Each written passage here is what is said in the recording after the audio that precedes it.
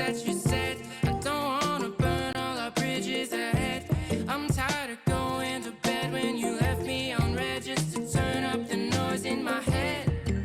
I told you that one day ain't never enough. You tell me I hate you, I still call you up. If we don't got trust, we can never have love. I was putting in the hours, I was. But you were calling me a liar, liar, liar, liar, liar. I've been putting in the hours, I was. And it's coming down to now and never. I was putting in the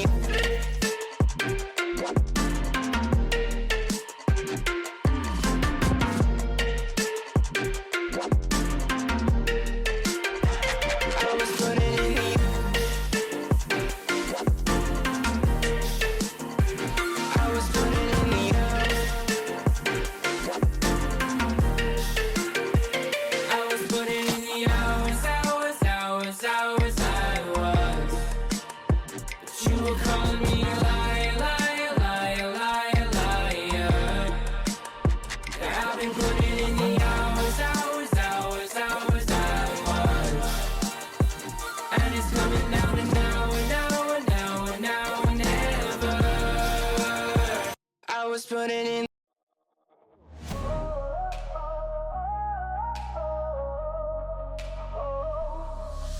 Dreams collide in sleepless nights. Stars explode through blinding lights. Victories found in the fight. I'm on top, my soul ignites. Life's a game, we learn the rules. Twist and turn like misfit fools. Through the pain we break the chains. Find the win through loss and gains. I've got a heart that's never quitting. In this race I'm always sprinting.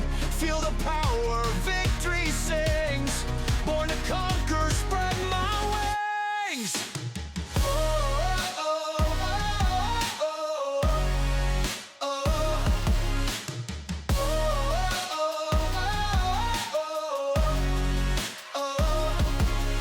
Castles built on hope's foundation.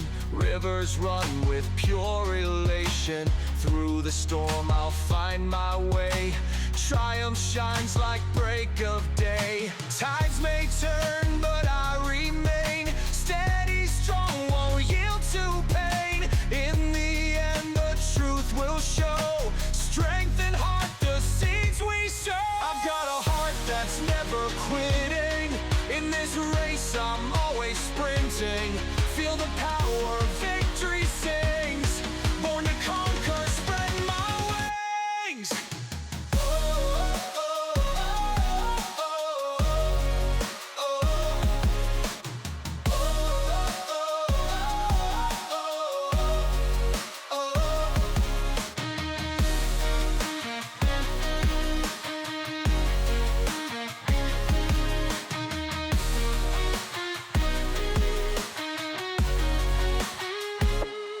Tides may turn, but I remain.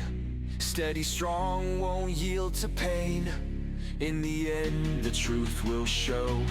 Strength and heart, the seeds we sow. I've got a heart that's never quitting.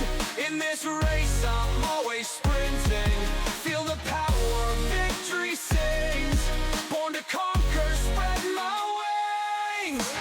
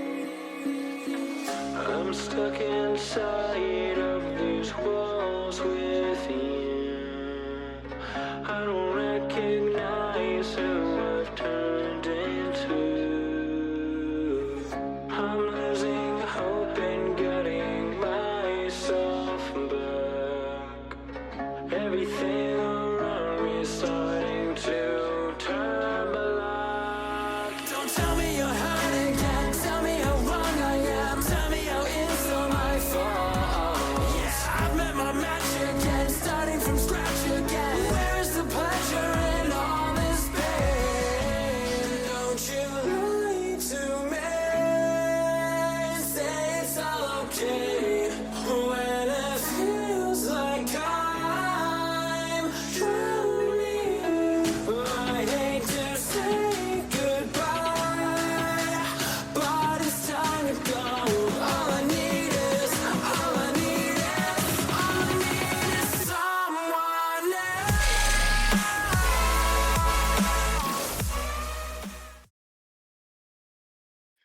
Welcome. The solo series has reached its apex. I'm SpottyFC. Joining me here is CherryJ. Nickens, yes, behind us doing production.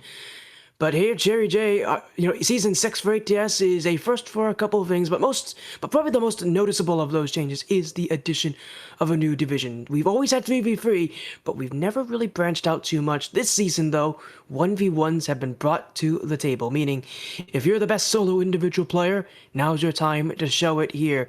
We have 6 divisions, meaning we're going to have 6 1v1 solo series champions, and tonight we'll get to see the first half of the champions, our lower 3 divisions: Ember Cup, Ascension Cup, and Catalyst Cup. So 3 championships, 6 players, and only 3 champions from it. Tomorrow will be the other 3 divisions, which is Phoenix, Apex, and Pinnacle. But CherryJ, tonight is, as a 1v1 player and a 1v1 fan, your night to shine. Yeah, I mean, I personally am looking forward to this one. We're starting off within the Ember division, and who better to go into the Ember division finals than the number 1 seed? Making their way up to the grand finals will be Draco. On the other side of the bracket, it will be an upset off of a Cinderella run, 2 forfeit wins, and a upset taking down the 3 seed. It's going to be the only CrucialUrchin trying to make their chance at the championship. We'll see who's able to take it. Sportia, what do you think's going to happen, though? Right? You've seen these players a little bit more than I have. You know what they're capable of. How do you think this will go down? Yeah, Cinderella story is a great way to describe what happened to CrucialUrchin here, but the same thing also goes to the fact that you mentioned about their wins in the bracket here, most notably that first round win that they got over Poner. That's a huge victory for them. That is not an easy player to play against, an easy matchup, and they got the win. That was in the round of 16. To the quarterfinals, you'll notice, though, 4-0, 4-0, 2 straight sweeps by forfeit. So for CrucialUrchin, sort of an unproven top 2 player here, I think, in the Ember division. They're going to have an uphill battle, to say the very least, and you said it, against number 1 seed in Draco. Draco's the heavy favorite. I think most people expect Draco to win this one. So for CrucialUrchin tonight, really is a question of, can you surprise the world even more? Draco, undefeated. They went 4-0 in the regular season, the only player to do so, and then, of course, 3-0 in their playoff matches, none of which were forfeits. Reminisce, Milkshake Man, and then most recently, Daytona.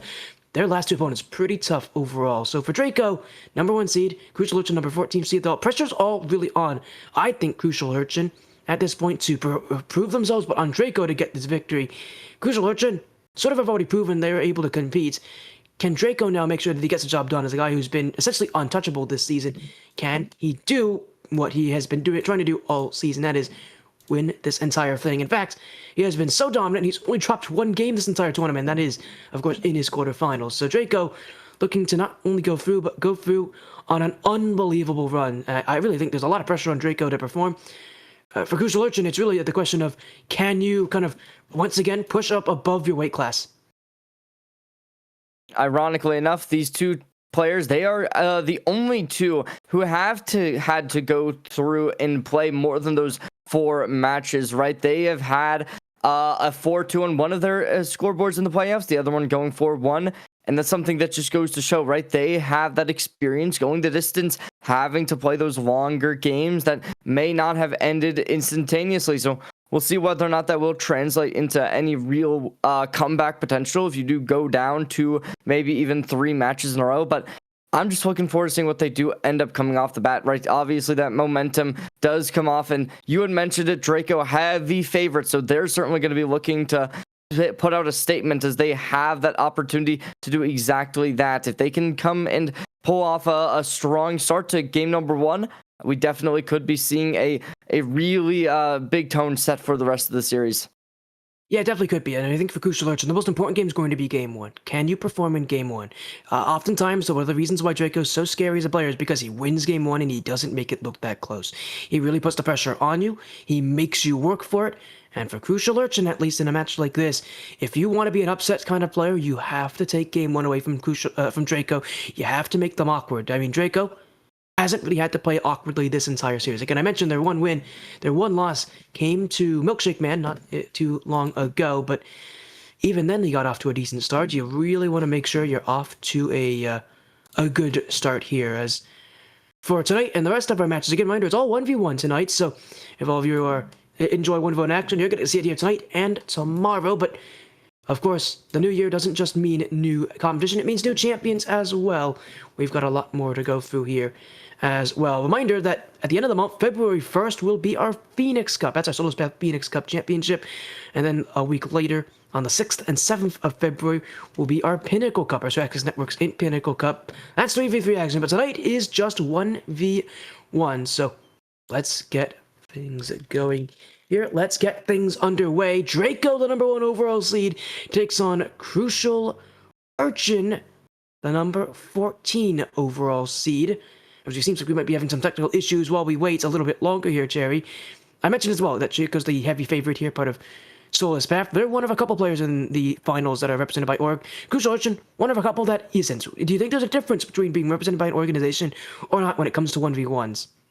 You'd imagine that the answer should be no, right? When you're not represented by an organization, you don't need that team cohesion in a single 1v1 situation, but it does definitely offer that potential to have other players being able to kind of give you pointers, give you advice, possibly find out what is the issue in a little bit of your games. And if that is the case, we will see whether or not they will be able to find extra impact due to the fact that they do have such a notable org representing them. So CrucialUrchin, on the other hand, though, as you said, right, they will not have that type of kind of backing, and now that they are ready to play by the looks of it, and it does seem as if we're getting straight on into the action.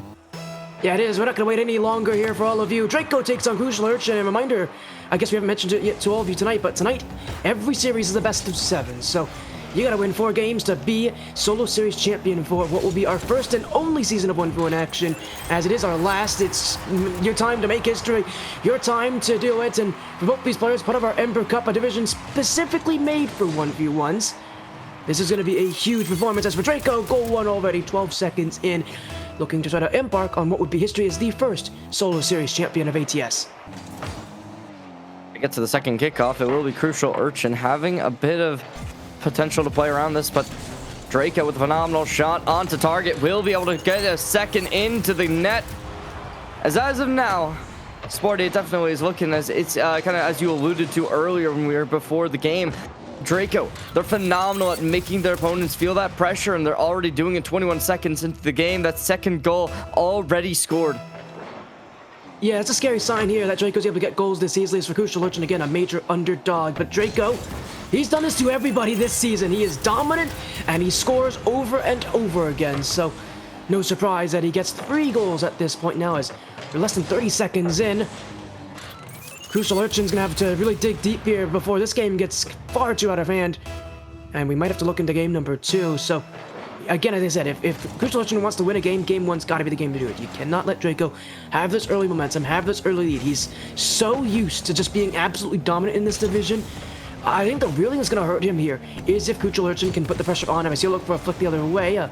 Easy block for Draco, and a little bouncing ball as CrucialUrchin's got to get around it here. He'll have a play. That one is on target, but kept out. Draco losing everything to get back, but with a quick recovery, he'll have the control, he'll have the ball, and he'll have the speed. And I think for Draco, at least one thing to mention so far as he's going to go for a near triple is just how tough his bracket has been here. Again, he's had Daytona and Milkshake Man in his run. Those are 2 players who also were somewhat favorites to win this thing. I don't think they were nearly favored to beat Draco, but those are dominant players as well in their own right. So for Draco to beat both of them should tell you just how scary he is, that he took him down, and he took him down only giving up 1 game in both matches. Well, Milkshake Man being, I was going to say, like, they were the one that did lose a match in the end to Draco, but I believe actually CrucialUrchin was able to find a 1-3 loss as well. So it really does go to show the difference in the power gap by the looks of it, as the firepower does seem to favor Draco almost completely, as CrucialUrchin, despite getting some shots on target, won't be able to make the connection, as Draco consistently being able to find these saves. And it's a situation where you gotta stop it, but they're giving up way too much room, and the CrucialUrchin will falter again for a 5th goal to be converted. Yeah, just a little bit of mechanical plays, and that's the thing about Draco we don't see that often in 1v1s. He's a fast and consistent player, and at this rank level, which, you know, generally hovers around, you know, low to mid champion at the highest ranges, and with a lot of these players being in that diamond rank range, in terms of 2v2 to 1v1 to 2v2 rank as well. Consistency is really everything at this rank level, and Draco sort of has that and more. He's not only one of our higher ranked players, and I think he's the highest ranked player in this division by a decent margin, but he's also just consistent. He's a consistent player, and while he may not be the most mechanical, that would probably be given to Milkshake Man. What he lacks in maybe mechanics, which he doesn't even really lack all that much, is consistent. He breaks up for well in consistency. He's not a player that makes too many mistakes. He did make one there. This is a wide open net for CrucialUrchin, and his first goal, so I guess I cursed Draco a little bit, but a mistake off the back wall will lead to an open net for CrucialUrchin. He can't rely on errors to give him goals this series. Draco's going to make him work for those, and he's not going to make that many mistakes, but for CrucialUrchin, you gotta get goals where you can, because as things stand, Draco right now is the far more formidable player. Draco having a phenomenal game so far in game number 1. Certainly seems as if this will be a pattern that we'll look to for the rest of the series, but CrucialUrchin being able to develop themselves a little bit further off a mistake and capitalizing on Draco over aggression.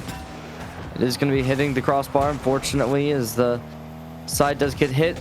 Will be unfortunate. Draco now just going to concede any real contention for the ball.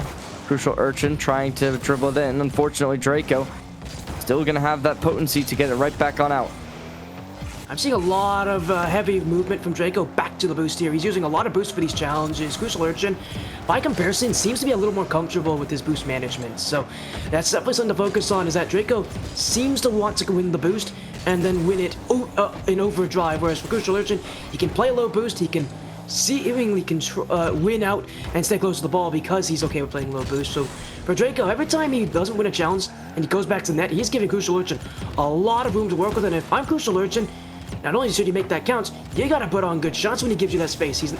Not everybody does that at this rank level, but Draco seems to be doing so. Maybe the nerves are getting to him. CrucialUrchin has to be the player that recognizes that that room is open, you gotta take it. A nice bump from the top of the car, able to get the block out, but CrucialUrchin trying to go again, won't be able to make it, as Draco will be able to convert their 6th right ahead of the car. As you look towards this, they just knew that space was necessary, and they just slide it right through the top, connecting it in. Definitely looks nice, as they are now going to be going on to their 8th kickoff of the night. See what does come off of it, is Draco already going for a very aggressive play. The ball very... well, I was going to say it was very possible that will go in, but nope, it will be CrucialUrchin to be able to keep that alive. Not for long, however, as it goes over to their side of the field off of a nice touch from Draco. Enough potency right now for CrucialUrchin, only 3 shots this game compared to the 10 of Draco. Draco's output is exactly what you expect from him, but for CrucialUrchin, he's going to need to find more shots. You're just not going to win games in 1v1s if you don't have enough shots, and Draco's really making it count. Looking for another Doomsday dish, that one not connecting, but for CrucialUrchin, you need more shots right now, and he's just not getting it. So, you know, although he's doing great at managing his boost totals, he is really having a tough time right now when it comes to just being able to put shots on net. And oh, what a fake! Oh, that's a smart play from Draco. Dunks out CrucialUrchin, and he's having a little fun at this point. As for CrucialUrchin, game 1 is at this point all but over. As for Draco, dominance as expected in game 1, as he expected in game 1. And for CrucialUrchin, again, a lack of offense really coming back to bite him. It's unfortunate, to say the least, as CrucialUrchin having to play the defense for so long. At this point, 30 seconds remain. Draco is going to be able to reposition this ball, hitting it over as they go on in, looking to just kind of bide their time, run down the clock perhaps, as they send a shot, go for the rebound, able to make it, bottom right corner, and it'll be Draco scoring their 8th as a phenomenal rebound shot. I think that's the first time we've seen one of these within this night.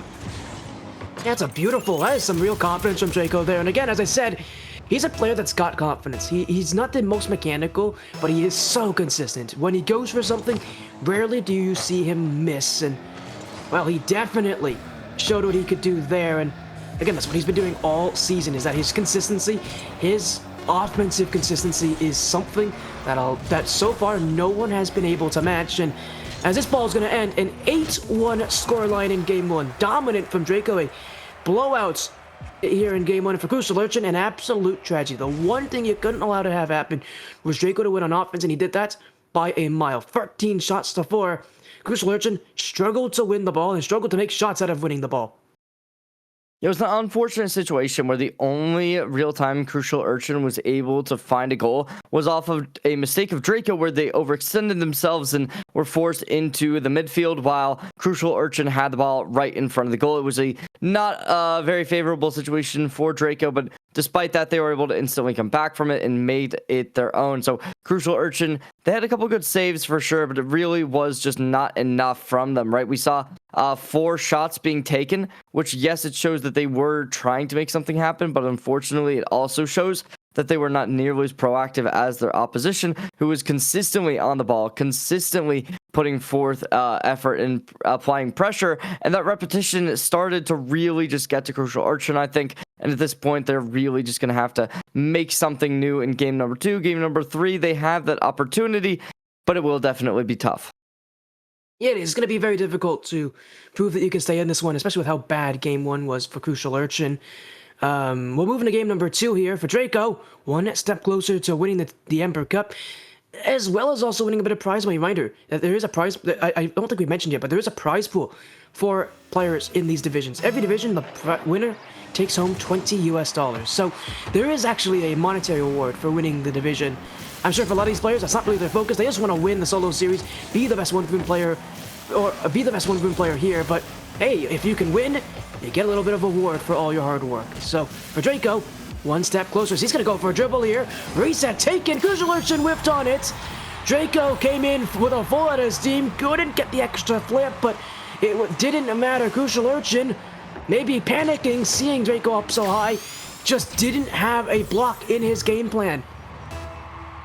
It's unfortunate, to say the least, as they didn't have a real plan to be able to get that done with, as you said. And now the ball will just go straight on in as Draco taking the goal off of kickoff.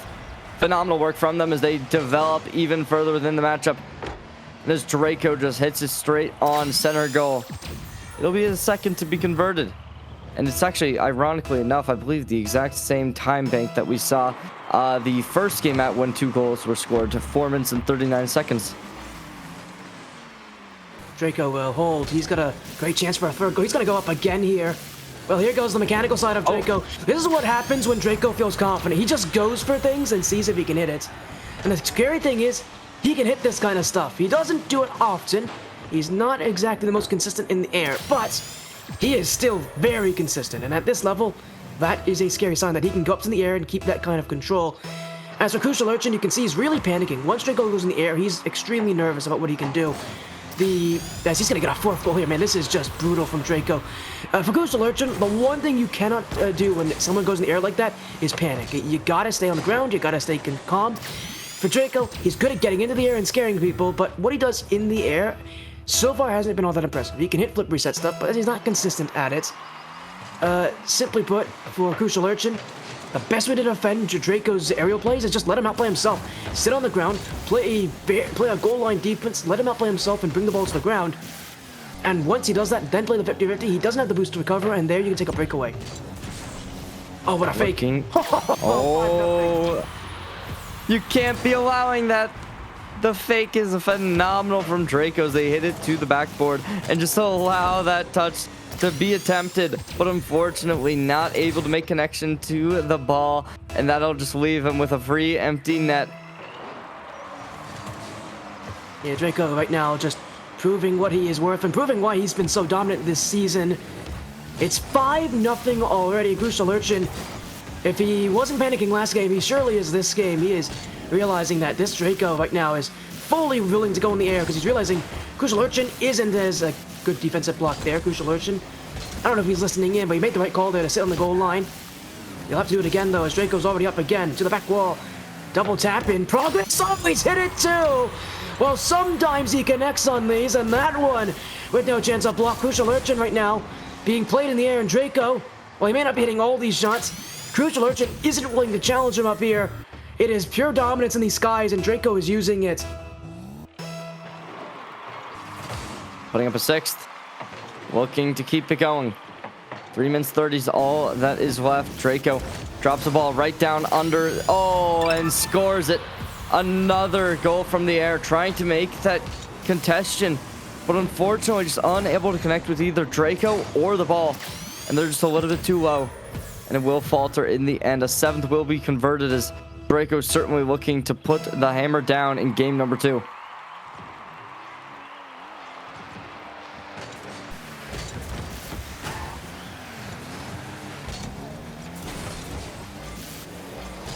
Draco's going to keep this to the back wall, and I really think right now for Draco, this is just... Not only is this rough for CrucialUrchin, because they got to deal with the fact that Draco is just absolutely decimating them right now, but another big issue right now is the mental factor. This is not the kind of situation where you're able to recover easily in a mental capacity. And you got to feel for CrucialUrchin right now that Draco, you know, winning out this game, controlling the play, playing an aerial dominant game, this is taxing. No matter who you are, as Draco will go for another flip reset. Again, doesn't really get it, but it doesn't matter. CrucialUrchin has not been able to defend those aerial plays, and every time Draco goes one, it really doesn't matter. The fear factor is there, and that's more than enough to beat CrucialUrchin. They're able to make it done as an 8th goal goes in. We'll see what they can find after this, as we aren't even halfway through this first game. Or it's not first game, second game. But right now, it is going to be CrucialUrchin trying to make the shot, able to connect it, and they go straight on for it as they finally put themselves on the board, taking it off the kickoff and just setting up. You look towards this replay, phenomenal work. Draco attempting to force it out of goal, just unable to make the connection necessary. Yeah, and a little answer there from CrucialUrchin. It's one of 8 goals they'll need this game as another fake kickoff. They've been going for a couple of those. That one, though, needed to be a little better, given straight back to Draco. I like the fake kickoff, though, from CrucialUrchin. They're trying something new to kind of break the ice, try to maybe change things up here against Draco, but they're going to need to do a little bit more than just kickoffs. Is around the corner. That's a great cut from Draco, and they're going to have the boost, all but taken out. CrucialUrchin, I like this new movement. Popped up high, will look for the net. Flying challenge does catch Draco, but won't catch any more, and now a race to the boost again. Draco once more demoed. An aggressive performance for CrucialUrchin, a demo-heavy one, but again, I like it. This is adjustments and change-ups. CrucialUrchin making things very difficult for Draco to manage. For the boost steal, CrucialUrchin gonna keep the ball low, not trying to bump it too high. Not sure what the plan is gonna inevitably be. Draco playing aggressive now, still seemingly trying to play towards the air. Unfortunately, after getting bumped by CrucialUrchin, they will be forced onto the low ground.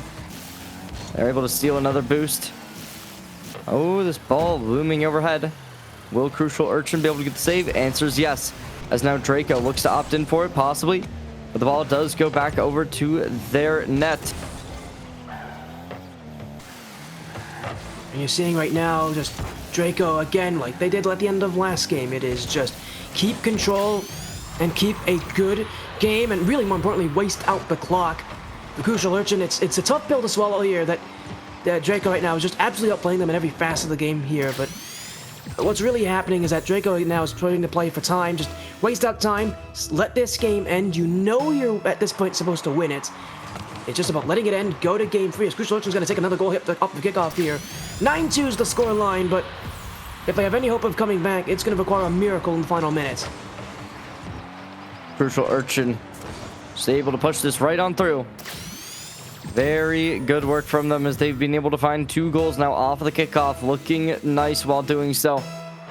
We'll see what they can find next, as they are going to go for the kickoff once more, but this time losing out. As Draco gonna have this, they're trying to play in net, give themselves a bit of space to work with. But as Draco goes for an overhead shot, just gonna try and keep control, and it's beautiful from them. However, it is CrucialUrchin who's able to maintain composure, and despite what's happening, despite having a rough pass dealing with these hefty shots from the air, they're still going to be able to come back. Draco hits it a little bit too high. This could be where CrucialUrchin can make a third goal convert. As they have the opportunity, it will be back over from Draco. Yeah, big missed opportunity there. You think for CrucialUrchin they had to score that one. But again, I think another issue with this game is still shooting. His shots are even worse this game, though. It's 16-4 in favor of Draco. And now let's look at the kind of control they're doing. They're forcing CrucialUrchin to jump early. They're continuously going for flip resets, although I don't think they've really been able to hit any of them so far. But right now, you can tell shots are clearly in favor of Draco. 16-4. This is the sort of control you expect. And with it being 9-2 at the end of Game 2, once again, Draco proving to be the far superior player right now in gameplay. CrucialUrchin, again, really feeling like they are outplayed here in terms of the offensive firepower. And Draco is only 2 wins away from taking the entirety of the Ember Cup for their own. Draco doing a phenomenal job as they've been able to make every game go their way so far. They were the only player within the Ember Cup to go 4-0 with a 12-game differential, showcasing so much dominance, showcasing that they are going to be the player that everyone should be looking out for, as they just proved themselves to be the best, and it certainly seems as if they're going to be maintaining that, as they're currently halfway through the championship. See whether or not they can finish it real quick and easy, or whether or not this will go the distance. But it certainly seems as if this next game, if it's anything like what we've seen so far, one would imagine that it will likely stay to the same path. I understand what you mean as well here. CrucialUrchin, well, hoping to try to make a bit of a resurgence in game number 3. Will need to make quite the comeback here to take this series as things stand. For Draco, though, I mean, this is the kind of dominance that does happen in 1v1s. It's the unfortunate situation. As someone who plays 1v1s a lot, you sort of get into these games sometimes where you play against someone who just has your number, can take you down easily. But again, right now for Draco, though, a person who's only lost a single game this entire season, not even a single, they haven't even dropped a single series, just proving that they've got the dominance here. They're already going to get a goal in Game 3. CrucialUrchin, who took the entirety of the minute, by the way, in between games to try to reset things, is already off to a bad start, but for Draco, it's sort of business as usual. Keep the high shots going, keep the offense going, and overwhelm CrucialUrchin as you have done the last 2 games. Draco's able to pull off their first goal. CrucialUrchin responds with one of their... Oh, unfortunate, as it will not be responded just yet. Now Draco hits it off to the side, looking to play from an aerial position. Unable to make it just yet. This could have been a tactic that could have been exploited possibly. But CrucialUrchin still just going to have to try and play keep away, as they have this in their capacity. Goes for the shot on target, able to secure it, as the CrucialUrchin, for the first time within this series, stays equalized. Yeah, it's a big equalization goal, and really one that will make things matter. One of the things I've been impressed with, though, so far from Draco in this series has been their ability to recover easily. That's not something that a lot of players at this rank level are great at, and Draco's proven they know how to recover for those aerial-based plays. It tells me that they are sort of used to going for that aerial-based play style, and as they're going to miss an open net here, that's a big error, and that's one that could be taken advantage of, and CrucialUrchin trying to race back, won't be able to get the ball still. Draco's going to hold on to this one for now, but I mean, you can still recoveries that Draco has. This is a speedy player, one that's got very good recoveries, and now he's looking for a ground pinch. Will out-maneuver CrucialUrchin, but there's a bad recovery, and CrucialUrchin can have the ball from this.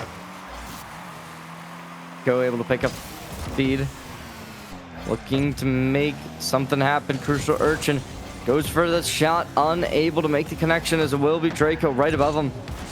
So now they go for the aerial.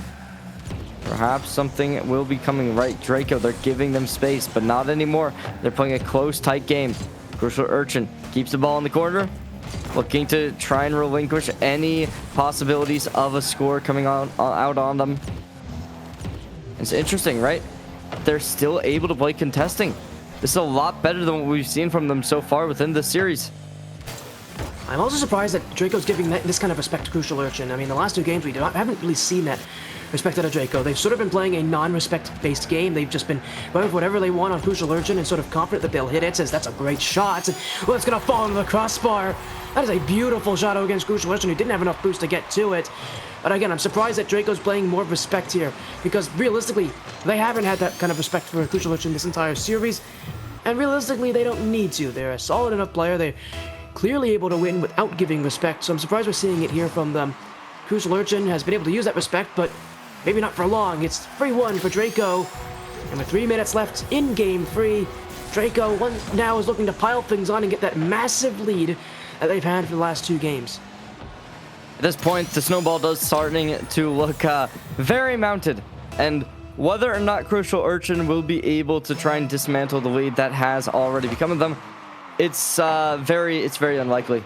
As so far, we haven't really been seeing a whole ton of comebacks. They've been able to score a couple goals here and there. However, when it comes to being able to consistently showcase dominance, it has been very unlikely. CrucialUrchin, though, this could be where they will start it off, as they find a nice second touch and they take the goal. Maybe I'm just gonna cast a curse this whole game, as they completely turn me upside down in my head. Yeah, another great goal here from CrucialUrchin. Again, Draco giving respect to CrucialUrchin, really not exactly the way that they want to play here. So CrucialUrchin, maybe after 2 games, is starting to realize that if Draco's going to give you room, you can absolutely take that. And now this one's going to go, it's going to go back to the net. It's an unfortunate kickoff here. Well, that's one thing that Draco's had control on this series, has been the kickoff, and that just goes absolutely horribly for CrucialUrchin. The slower of the 2 players, it goes right back into the nets, and a 2-goal lead re-established for Draco as we're almost halfway through Game 3. See a 4-2 being the scoreline. Draco looking for the kickoff, not going to be able to win out on it. This could be CrucialUrchin's time to find another goal. However, hitting is low on the floor. CrucialUrchin, no chances, as Draco finding a phenomenal touch to get the ball out of their hands. That was a nifty touch there from Draco. Not an easy one either. CrucialUrchin was jumping, expecting the ball to pop up. So far what we've seen from Draco is that they like to go for solo plays in that kind of position. Impressed to see that CrucialUrchin even was able to predict that one, but a bad prediction there. Draco was able to read it, and now they'll look for another. They're trying to get a redirect on this one. It won't happen. CrucialUrchin down 3 goals. We'll need another. It's a good challenge. An open net. They'll take this one. It's 5-3, and CrucialUrchin is keeping things close. As they steal away another goal, CrucialUrchin. This could be the game where they will be able to completely pull back this series. If they can find it down 2-1, it certainly would look to have us at least assuming that this really could go either team's direction. CrucialUrchin goes for the touch, unable to really find the direction one would have hoped for. However, as they go for the second, a little bit too high, and now Draco has a free net where it will just go straight on in. Yeah, it's going to help them a lot right now as well. But yeah, Draco more than happy to keep the goals going. With 2 minutes to go, 3 goals up. CrucialUrchin is in a sort of odd position. I mean, this is the best they've ever looked in this series. It's the worst that Draco's looked as well. But they still need a couple goals, and they will need to take some chances here. Draco's all the way back in net right now. That is a lot of respect to give when you're sitting in net like that. Oh, it's a big miss. It's wide open. Another mistake for Draco. CrucialUrchin is having no issues taking it. And I mean, this is, again, when the worst of Draco's looked so far today, they look scared. They look nervous. I don't know if maybe it's because they know that they're so close to winning this tournament, but they look very nervous right now. And CrucialUrchin hasn't changed their game plan. Draco's going to have a nice hit. Looking to possibly go for the aerial once more. Hey, oh! I thought that was going in, not gonna lie, but CrucialUrchin, they are able to find the touch, looking to try and hit it on target, not able to make it as Draco does stand there, but trying to get the prediction. Draco will allow this to go straight on forward. CrucialUrchin able to make the touch, not able to keep it out, as that's the 7th goal. Draco keeps this lead ahead. Yeah, 7-4, and gonna be more than happy just to take another one here. CrucialUrchin got close, but not close enough. With a little under 90 seconds to go, I think Draco, all they want to do is kind of escape what has been a tough game for them. As now a fake kickoff or a delayed kickoff whatever it was from CrucialUrchin, it didn't work, and Draco now takes another one, and what was a reasonably close game now is now a 4-goal difference, and looking like Draco might just run away with it. Finding 4 goals, certainly not the most impossible situation, but to say it'll be easy, definitely not in the realms of possibility. Draco going for another shot, looking to possibly spring it up. No, as they do allow this touch to come out. They drop it right on over, and that'll be a shot on target for Draco right at the top of the net. And the 9th goal will be converted as they find success once more. So, I mean, you look at that, right? It seemed as if CrucialUrchin might have even had it if they were just a little bit higher up. Unfortunately, not sure if that's a lack of boost or what the awareness was looking like, but unfortunately, CrucialUrchin unable to find what they were looking for. Yeah, the minutes to go at this point for Draco. This is a little bit more comfortable for them. Now putting CrucialUrchin under a lot more pressure, and they're going to go for a little pop play too. Draco, that's a smart decision from Draco. I don't know if that last touch was intentional. I don't think it was, but it's a smart outplay. They know that CrucialUrchin, again, has struggled in the air. That's exactly where they take the ball to it, and while Draco maybe didn't look at the best here as well, what I can say that is true about Draco, they've definitely been able to have a smart overall performance. It's 10-4 now. Double-digit goals for Draco, and for CrucialUrchin, credit where it's due, this has been a good performance from them, but in this game, Draco's trying to do a little bit more of what we expect from Draco. The shots are 13-6, and Draco, unlike some of the other games, has really not missed. This has been the most lockdown their shooting has been, especially by the end of this game. And CrucialUrchin, unfortunately, just isn't good enough to keep up. Goes over. CrucialUrchin trying to make the connection. Goes up, trying to make an aerial play. As Draco drops it straight on over, but CrucialUrchin will falter right as it comes down. They get it back on in. Wow. Was not expecting that, to be honest, but they are able to completely rearrange my expectations. CrucialUrchin looking to make the goal, pops the ball up, looking to juggle it right on, but it will be Draco who gets a free shot on target. Oh, maybe not, as CrucialUrchin does come, able to pull it right on through. But at 5 seconds remaining, the chances, the opportunities to be able to make the comeback, almost all devastated, as now a complete reverse sweep required. Yeah, it's going to be a tough position for CrucialUrchin because, I mean, this was a close game by the middle point, but it just got away from them by the end of it. Draco back into their no-nonsense gameplay style, and it's 11-4, double digits for the first time tonight, and we'll just have to see as another one in. I think CrucialUrchin stopped moving here, so that is going to end game 3. Draco will be taking another goal. I don't think they were expecting that CrucialUrchin would stop moving, but we go to game 4 now. We go to game 4. Draco is now 1 win away from being our first solo series champion. For a player who's dominated the entirety of the Ember Cup, it looks like that might just continue unless something changes. CrucialUrchin is under a whole lot of pressure, and they're going to take a tactical timeout. They do have that here. Makes sense. Obviously, taking the timeout gives you a bit of an opportunity in order to kind of rearrange your thoughts, get everything going. It does kind of beg the question of, will this be able to make anything happen? Realistically, the answer should be no, as we've been seeing Draco completely dominating this battlefield so far tonight, as they've been stellar on the pitch, and they're going to have to completely turn this around in every aspect. Yeah, they're going to have to. I mean, I think coming in this one, CrucialUrchin just knew how good Draco was as well, but I think realistically, it's likely that Draco, as you said, is probably going to continue this thing. What really impressed me this game is the accuracy. 12 goals on 15 shots. That's some pretty impressive accuracy as well. You mean, you consider CrucialUrchin 4 for 8. That's not bad accuracy for one of everyone's having 50%. Draco, though, that is far better than 50%. And again, realistically, they're looking good. They're proving dominance. And now that CrucialUrchin is taking that tactical timeout, they're looking to see if they can just kind of pull things back a little bit, see if they can make things a little bit better for themselves. So they'll have an extra minute of time to think. But for CrucialUrchin, as you, I mean, watching this game, Jerry, do you think there was a difference between what CrucialUrchin did in the first half and the second half of last game, or do you think this was more so a gameplay that was close because Draco made it close?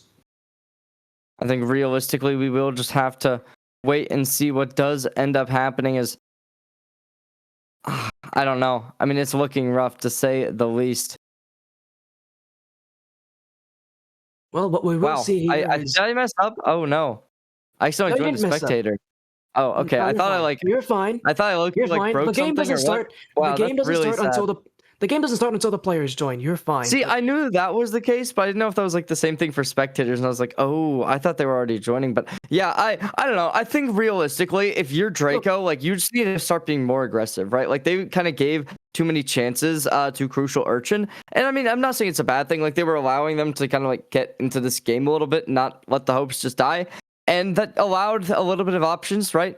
But I think if you are CrucialUrchin, it's a complete confidence lacking, I think. Like they didn't really try and contest any balls in air, and that's a problem, right? You gotta try and make that happen. When your opposition goes for those aerial plays, you need to be the one to try and be proactive and try and steal that away. Unfortunately, that didn't really happen. Like we already see this ball completely going over there.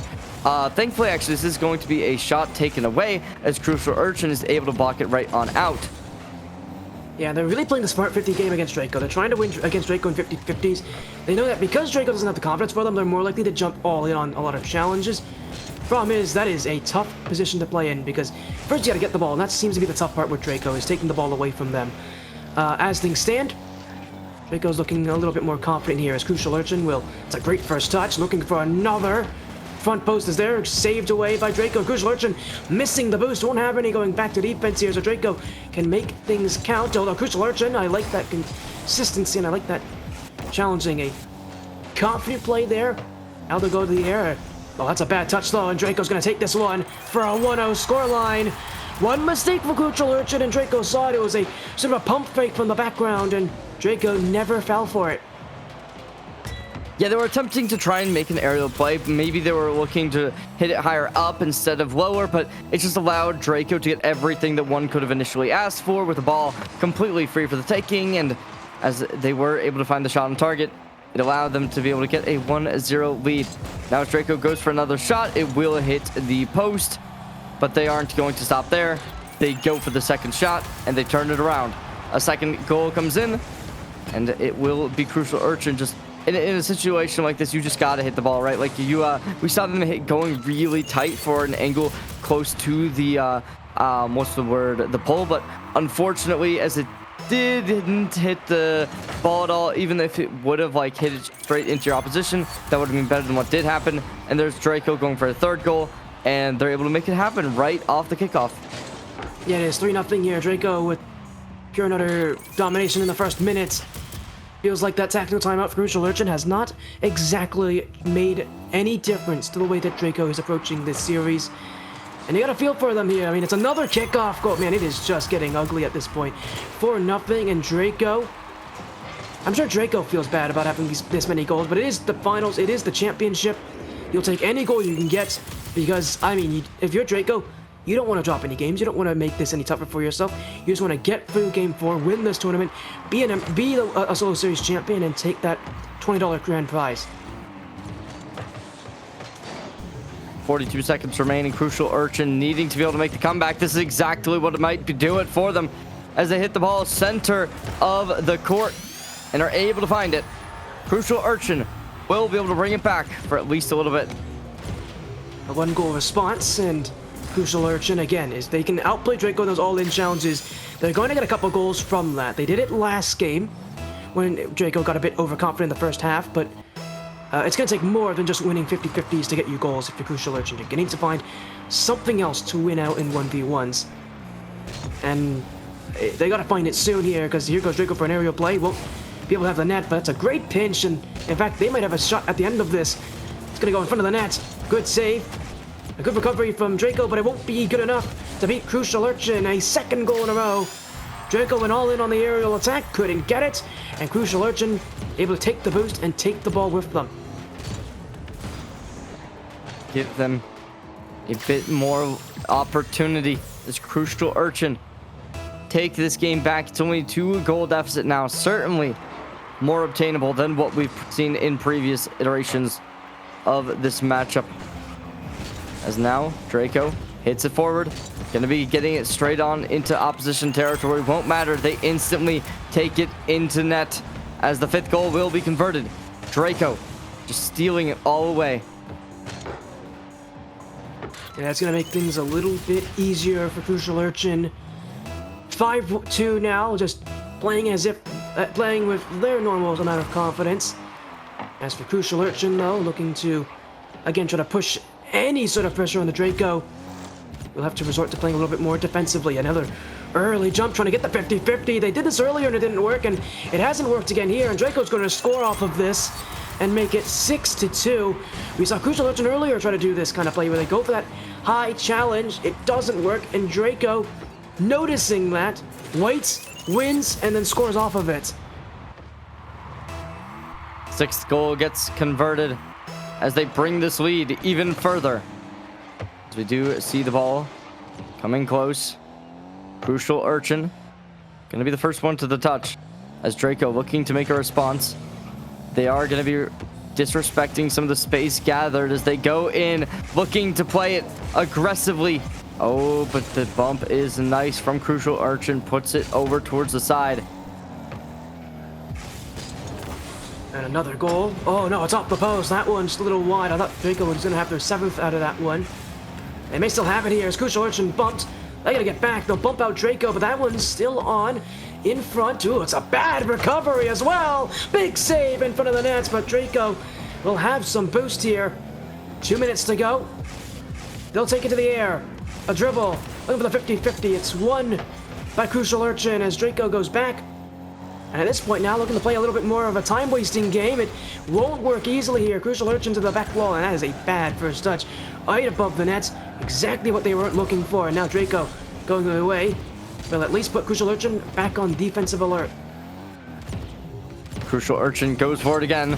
There's Draco putting that ball right where it needs to be. Oh, but barely missing out on the goal once more. Looking to play it from the air, able to hit it right on in. The 7th commits as Draco pulls it right on back after hitting this post. Just go straight on in and are able to knock it right on up. 7-2. A little under 90 seconds to go in this game. And it is Draco who continues to just find every reason to make life difficult for CrucialUrchin.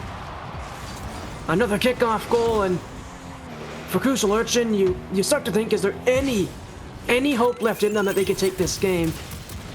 I feel like it's all gone. I mean, you can just look at CrucialUrchin's car movement. This is a player who has been utterly defeated right now and has lost sort of all confidence in themselves, I think, that they had at the start of this series. And Draco, who, again, has been doing this all season, is just looking to take yet another player down in the exact same way as they've done before, and that is just with pure and utter consistency and ability. And unfortunately for CrucialUrchin, who had a great Cinderella story to get to this point, Cinderella stories normally end at some points, and unfortunately, I think it's going to end here. 9-2 inside the final minute, but at this point for Draco, I think they're in a celebratory mood. And CrucialUrchin calling Game 4 right there is not even going to wait for last minute to end. This game is over. That will be your championship over as the Ember Pinnacle Cup, or Ember Solo Series, the Season 6 ATS Solo Series of the Ember Cup will be championized as it goes to Draco as they find a 4-0 victory, putting up a perfect performance within the season, going 4-0 within the standings, going into the playoff bracket, going undefeated there, and making their way to the grand finals, finishing it off as well. As Sporty, I don't think we're questioning this one too much, but it is obviously very nice to see Draco finding that championship in the end. Yeah, it is. I don't think anybody was too surprised to see Draco win this thing 4-0 as well. Unfortunately for CrucialUrchin, they just met a player that was just better than them tonight, and unfortunately, I think Draco, unfortunately for CrucialUrchin, they are one of many players who have had to deal with how good Draco's been and how well they've improved throughout this season. Not only are they just a high-ranked player, they're a high-ranked player that's definitely improved, and in a division like this, that sort of consistency that you have is really going to win you championships. So for Draco, tonight they'll be making history as the first solo series champion. They are the first of what will be 3 champions named tonight. After this, we'll be going to our Ascension Cup. It's going to be Xenu and Drea up next, or WomanControl, in our next best of 7. But Cherry, we're going to go to a little bit of a break. We've got a little bit of time to wait and get things sorted out. When we're back, we're going to have another best of 7 for you all. Again, it is Xenu and WomanControl, or Xenu and Drea, however you pronounce it. We'll be back with another best of 7 and another championship to be determined.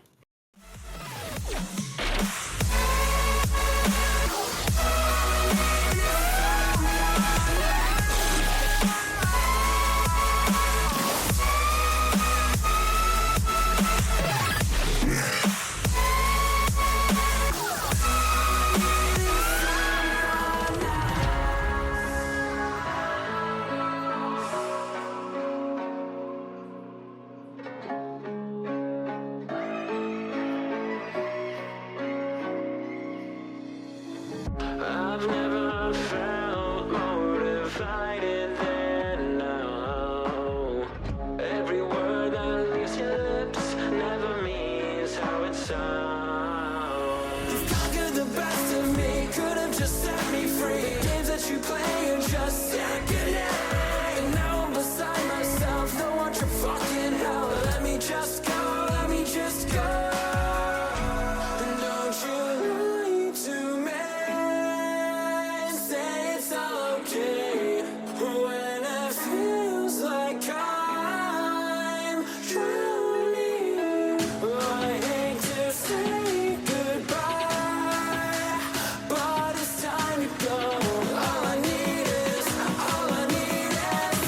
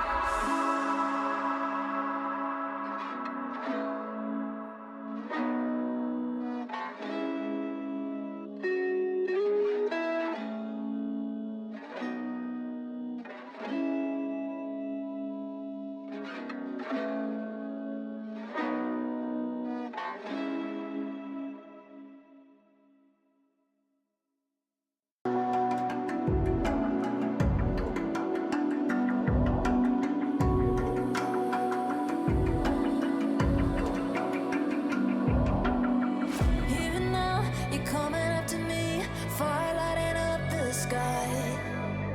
Feel the ground shaking underneath, trying to take me alive. Get ready for the fallout. Can't stop me now. I got no rival. I'ma find my way through the blood and pain game of survival. Any time or place, watch 'em run away. I got none. I'll be standing on my own, never gonna take my throne.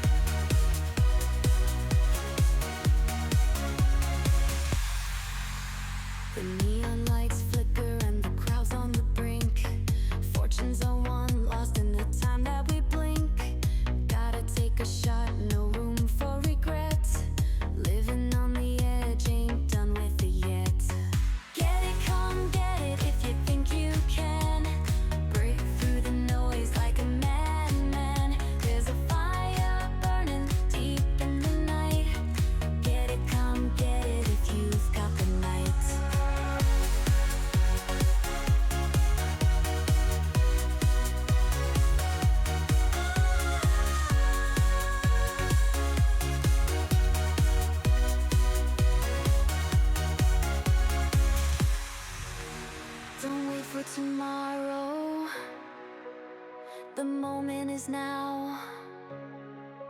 With a heart full of thunder, don't ask why or how.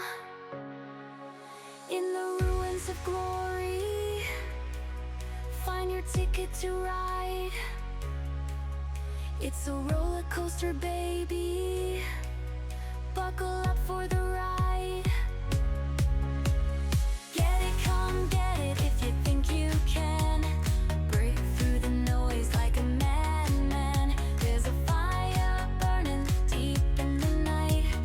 Get it, come get it if you've got the night.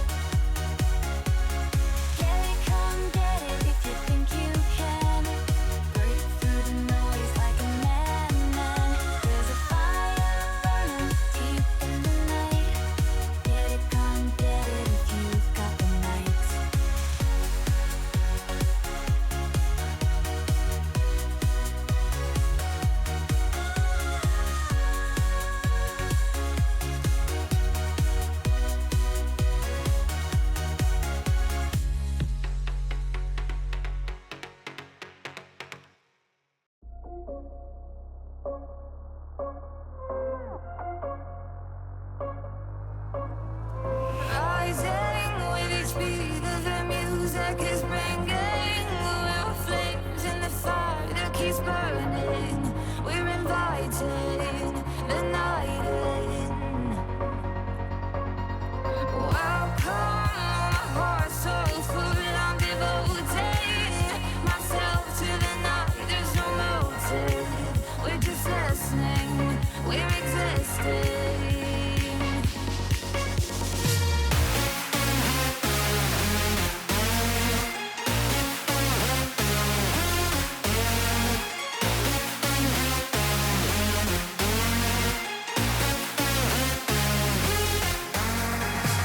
We stay when the music plays. Let's drop low and the people sway.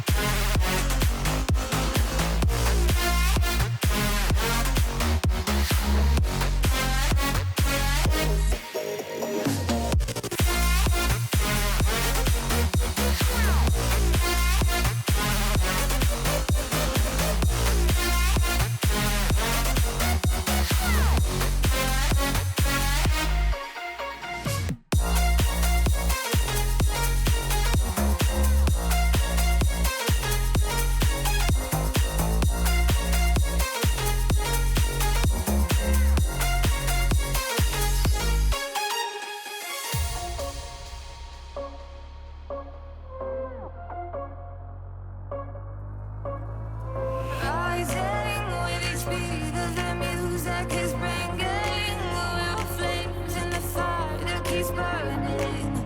We're inviting the night in. Welcome, my heart so full. I'm devoting myself to the night. There's no motive. We're just listening. We're existing.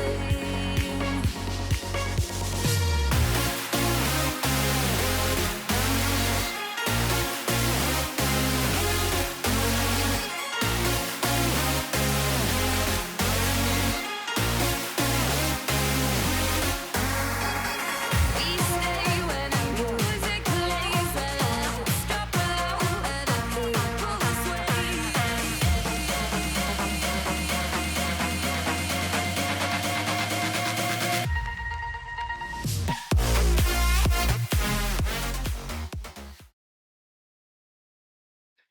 Welcome back to the 1v1 Solo Series Championship.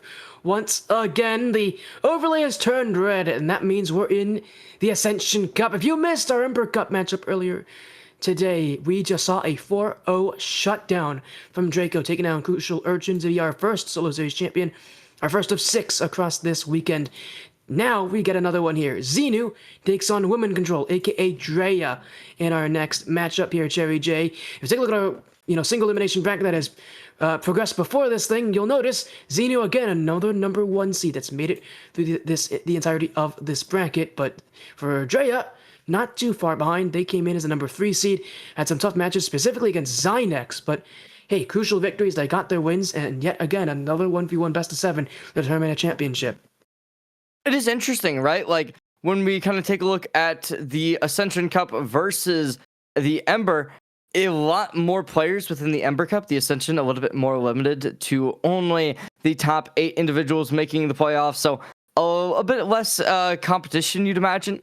But we will see what does end up happening. Is obviously, as you said, WomanControl, aka Drea, they had a phenomenal series coming into this as a 4-1 against Xenix and a 4-2 against Rin.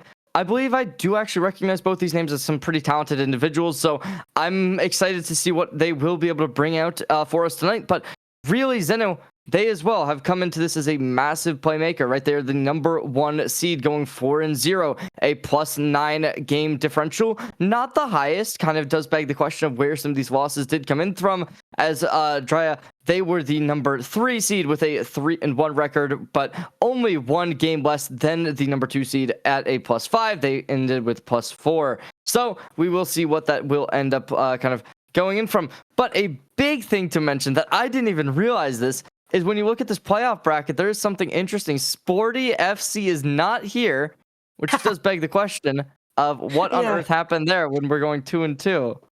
I lost in game 5 on the final week, so that's how I didn't make it, because I go to game 5 too much. I don't know what it is with me in 1v1 leagues. I always go to game 5, and oftentimes I don't win. But the benefit is we've got players better than me in this final, so I don't have to feel too bad about this, as Xenu's going to take on WomanControl here. And I thought you were going to talk about the fact that these two players are having a rematch here. They played in week 4.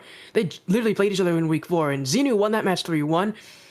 So coming into this thing, they're definitely the favorite. Clearly, they've beaten Drea before, but we'll see, of course, if this can be happened again, because while you may have beaten them before, you need to beat them here to take the championship. Xenu takes on WomanControl in our next best of 7. Xenu's on the blue, WomanControl on the orange. Xenu part of Shafted Esports. We haven't mentioned that yet. Part of the Shafted Esports black team that made it to top 8 in the Season 6 Catalyst Cup before forfeiting their round. So for Xenu, this is his last chance to win anything this season, and I'm sure he'll look to make the most of this thing, having seen his team not play in the final bracket in the Catalyst Cup, a bracket that they were absolutely in a good position. He'll need to have a good performance here, and he has not started well over their goal against, as it is Drea with the first strike.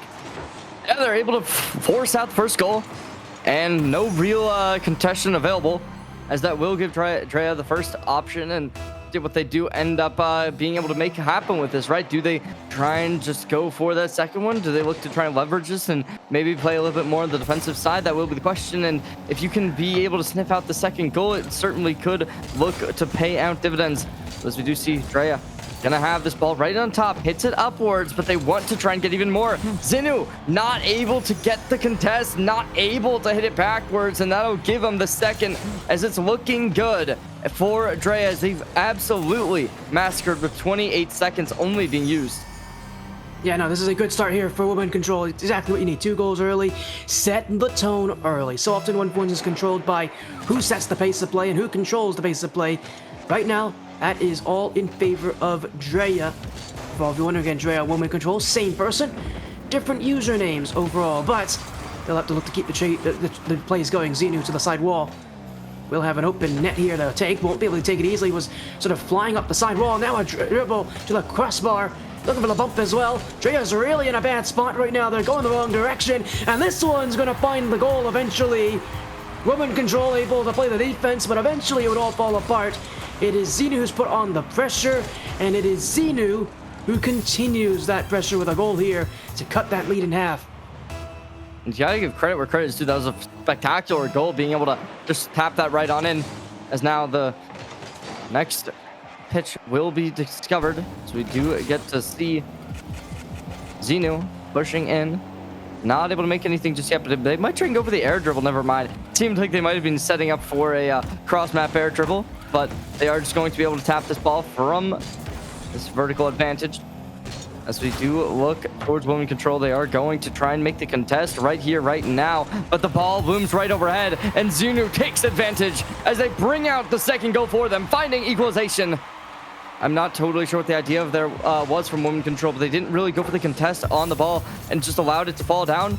And xenu just had complete captivity over it. Yeah, I think what WomanControl was trying to do there is take the dribble off the back wall. At this level, it's not enough to just clear the ball away from your back wall. And I think WomanControl is just trying to dribble it out, but they didn't even get the first touch, so they never got things out of it. And now they're looking to play again. Oh, I love that ground movement from xenu. That is some smart driving right now, in xenu can only help but watch as they get absolutely diced up here on the back wall. And again, this is some just good ground-based movement, some simple playing. And one thing I like right now, what we're seeing from WomanControl, they're not really panicking. They're playing to their strengths, and their strength right now clearly seems to be their car movement. Coming on in, looking to make something happen. As they hit the ball upwards, WomanControl trying to gather a little bit of space, but it will just be xenu finding the equalizer once more. 3-3 being the score. Yeah, this one is too much hesitation there from WomanControl. Either they need to either jump at that ball immediately after they make that touch so that they can get the 50-50, or they have to stay back at net. They sort of wait before they look to jump out at it, and too much hesitation means that that's an easy play for xenu, and unfortunately, WomanControl, not an easy play for them. Tied at 3 here after what was such a good start here from WomanControl. xenu's been able to sort of wrestle things back into their favor, and unlike the last series, this thing is a lot closer on paper and proven to be a lot closer overall. The neutral play, xenu's gonna get one right behind the jumping challenge and take their first lead of the night. And that will give them that lead, as you said, despite being up 2-0. It will go out of WomanControl's hand as xenu picks up the lead. 3 minutes still, however. Still a ton of scoring left to be seen tonight. 2 only are in map number 1. Game number 1, whatever you want to call it. But it is going to be the ball going over WomanControl, possibly able to take complete advantage as does go overhead. They're able to make the shot on target before the contest arrives. There it goes. WomanControl brings the equalizer back. Yeah, 4-4 now at this point, and gotta say, that was a little nerve-wracking seeing xenu racing from behind there, because xenu knew if they were able to just get a little extra time, that's a block, and who knows, maybe they go the other way with it. But tie game, even score line, and when games get as close as these ones do, it all comes down to not making mistakes. As you see one right there from WomanControl, a unnecessary challenge will cost them. And at this point, especially in the middle point of the game when things are close, the last thing you want to do is make mistakes like that, make life easier for your opponents, and allow them to start picking up goals and making a bigger lead. Fortunately for them, they still do have a lot of time to be able to make the comeback happen. Still half the game is available to you. As the kickoff goes the way of xenu, having complete control over this ball, respecting the space, WomanControl needing to make the contest, will be able to do it, but just for a second, xenu able to drive this right on in. And that was a bit of a mistake as well. As you said, you can't be allowing this. It's a smart play from xenu as well not to push up. This is a little smarter from xenu. They're hiding themselves, so WomanControl can't tell if xenu is going to challenge early or not. They make the guess that they aren't, and xenu, I think, knowing that WomanControl has to challenge that eventually, never really goes for it, just waits. They intentionally create a little bit of separation between themselves and the ball, and that allows them to actually dunk out the challenge. Because they know WomanControl doesn't have boost, they know that they can wait and sort of win the challenge on getting that last touch. It's a very smart play from xenu, and unlike the first one where it was entirely WomanControl's fault, that one felt a lot more manufactured from xenu. As now up the back wall, they're not going to read this one as well, so room for WomanControl. That's not a good touch though, and xenu's going to hold on to this one with 2 minutes to go. 2 goals up, not a very big lead that can easily go away in 1v1s, but the bigger concern is the fact that they've been able to make this lead and really been able to find their confidence. 7-4 now over WomanControl, and xenu in game 1, who maybe had a bit of a cold start, is looking to, and has proven that they will not exactly stay that way for the rest of this game. xenu's bringing it back as a minute 52 is still available. WomanControl gonna be going for the boost, able to collect it. Sends it down to the ground.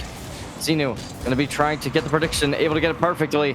As WomanControl tries to find the rebound, it will be giving a easy goal to xenu as they just pick it right up and send it all the way down.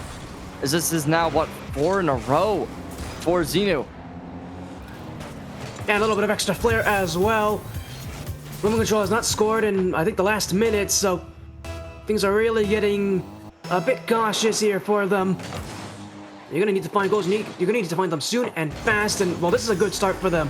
You can always rely on at least having a kickoff goal to get your game back into first gear. They'll need a little bit more than just kickoffs to save them here, but at the very least, they can take a kickoff goal when they get it, and at least hope that maybe that gets things going as we near the ending portions of Game 1. Kick off once more. Xenu going to be able to get a little bit of an advantage with this as they get it into opposition territory. We do see the demo coming online as WomanControl able to take them down, but it will be Xenu almost having a bit of a desperate situation by the looks of it. But they still do stay aggressive, stay in the control. WomanControl possibly able to make some play off of this, but no, Xenu able to redirect this ball as now it goes over. Xenu looking to make a massive shot as they drive it straight on forward. No contest available as they completely obliterate the ball, putting it straight into the net. Yeah, you can tell WomanControl, they're going all on that challenge. They're, I think, panicking for time. They didn't necessarily need to rush that play, but you can tell right now that time's not their friend. They need shots, they need chances. They need to take opportunities that they wouldn't normally take, I think, at the earlier parts of this game. So they do it here. Just try to take an opportunity. It doesn't work, and I think that might just end Game 1. Xenu in control, in what exactly they want to be in. They've been able to really warm up by the end of this game, and they've really shut down the offense out of WomanControl in what was a very high, and what turns out to be a very high-scoring game. 14 shots and 14 goals in total on 20 shots. That's a high-scoring battle for a 1v1. It is Xenu who has been able to kind of limit the offense of WomanControl by the end of this game. They've shut down their offense late. They've continued to sort of run away from them and force them into challenges they don't like. The offense of WomanControl has faltered. As for Xenu, it has only gotten better.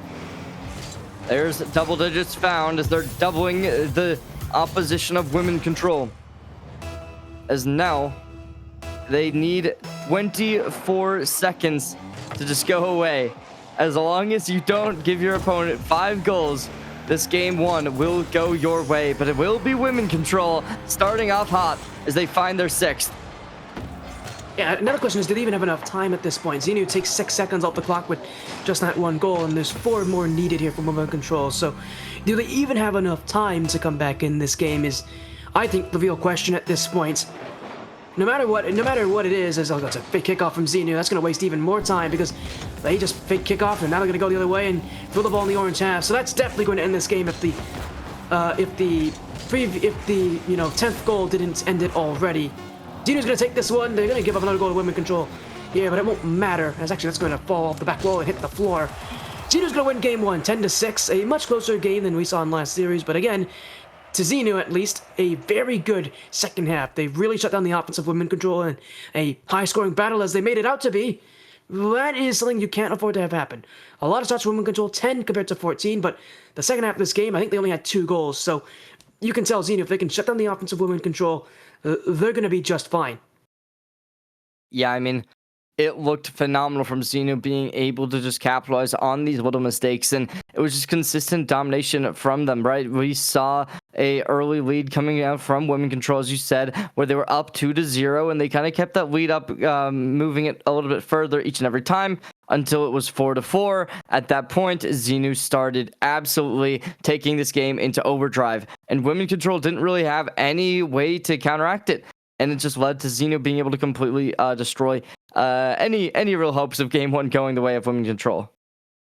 Yeah, it definitely did. As you said, it destroyed all hopes that second half of the game here. And the benefit, though, is it was close. It was very close here for WomanControl. They did a good job at making things tough for Xenu. They did a good job, especially at the very beginning of this game, putting them on the back foot early. But you just need to do that consistently. You need to do that over more time. You need to do that consistently over more shots, more opportunities. If you're WomanControl, do what you did at the start of the game, but do it over the entire 5 minutes, not over the first 2.5. Game number 2. Xenu has been able to find a decent lead already. How will WomanControl respond? As we come on in, Xenu hits it off the backboard, able to find the boost as well. Instantly picking up a whole new one. The boost steal is looking very, very nice from them, as xenu is able to get it off course towards their goal. Oh, and now they're instantly going to be able to just deliver the punchline as they go straight. Oh, that's tragic. And a little overconfident there from xenu. They went for a very long shot and should have went for a bit of extra flair trying to like spin into that shot. They didn't need to do that. They're going to look for another. That's another one off the post here. That one a little tougher. I think WomanControl might have maybe gone for a bit of a card change. I think this is a different decal than they had last game. So a little bit of a change up, little adjustment, trying to make things different. And well, there's a difference here. They'll get the first goal of game 2. I'm sure xenu would love to take those shots back, but it'll come back to hurt them in the worst way possible.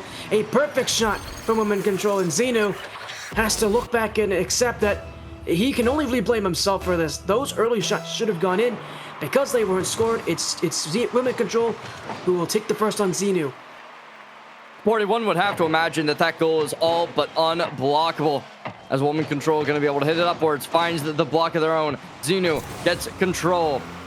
They're going to look to try and isolate this ball from any opportunity. They go for the whole court turn. Oh, that was almost extremely cool.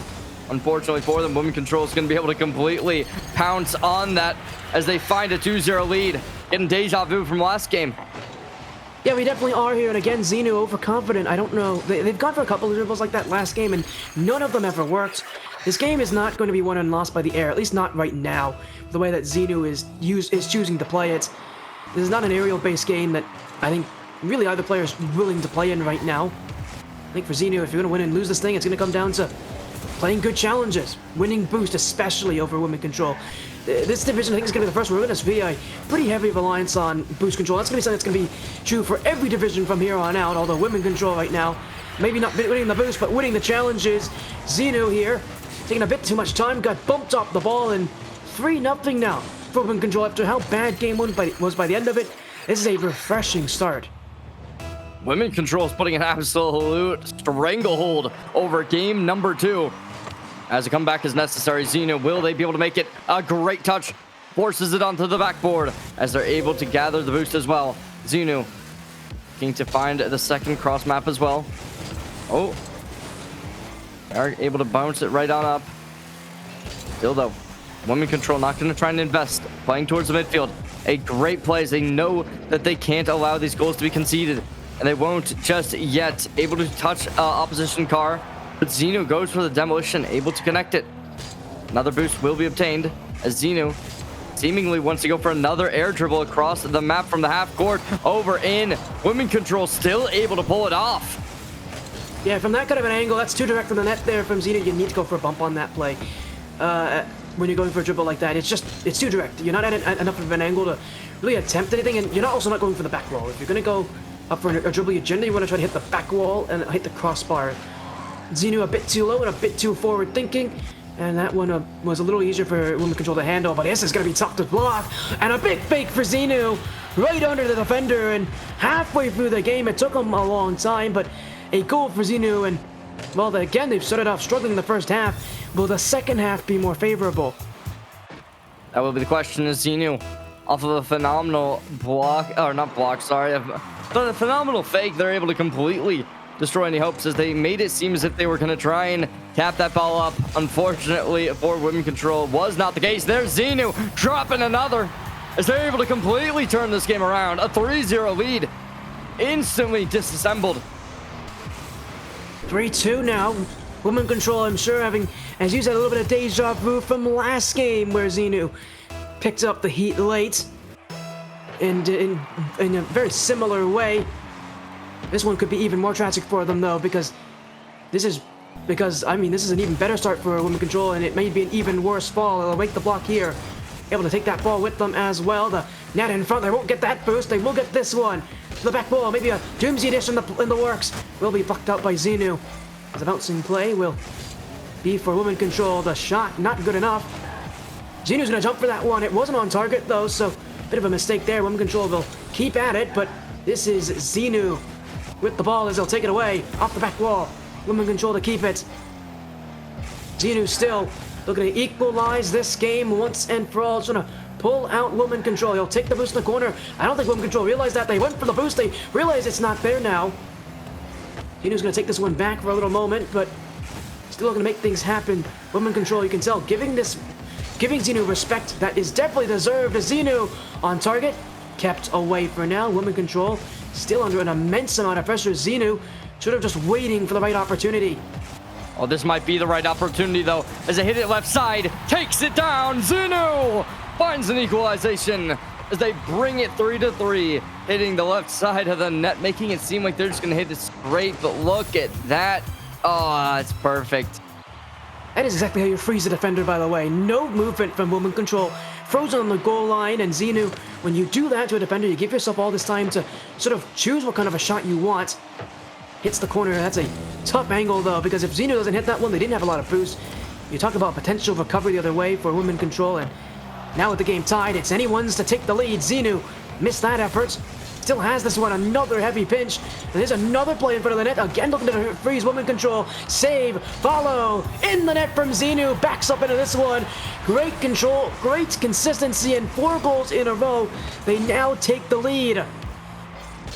This complete comeback from Xenu, after being down 0-3, completely revitalizes themselves as they take the lead back. And they were the ones to be able to do this exact thing in game number 1 to an extent.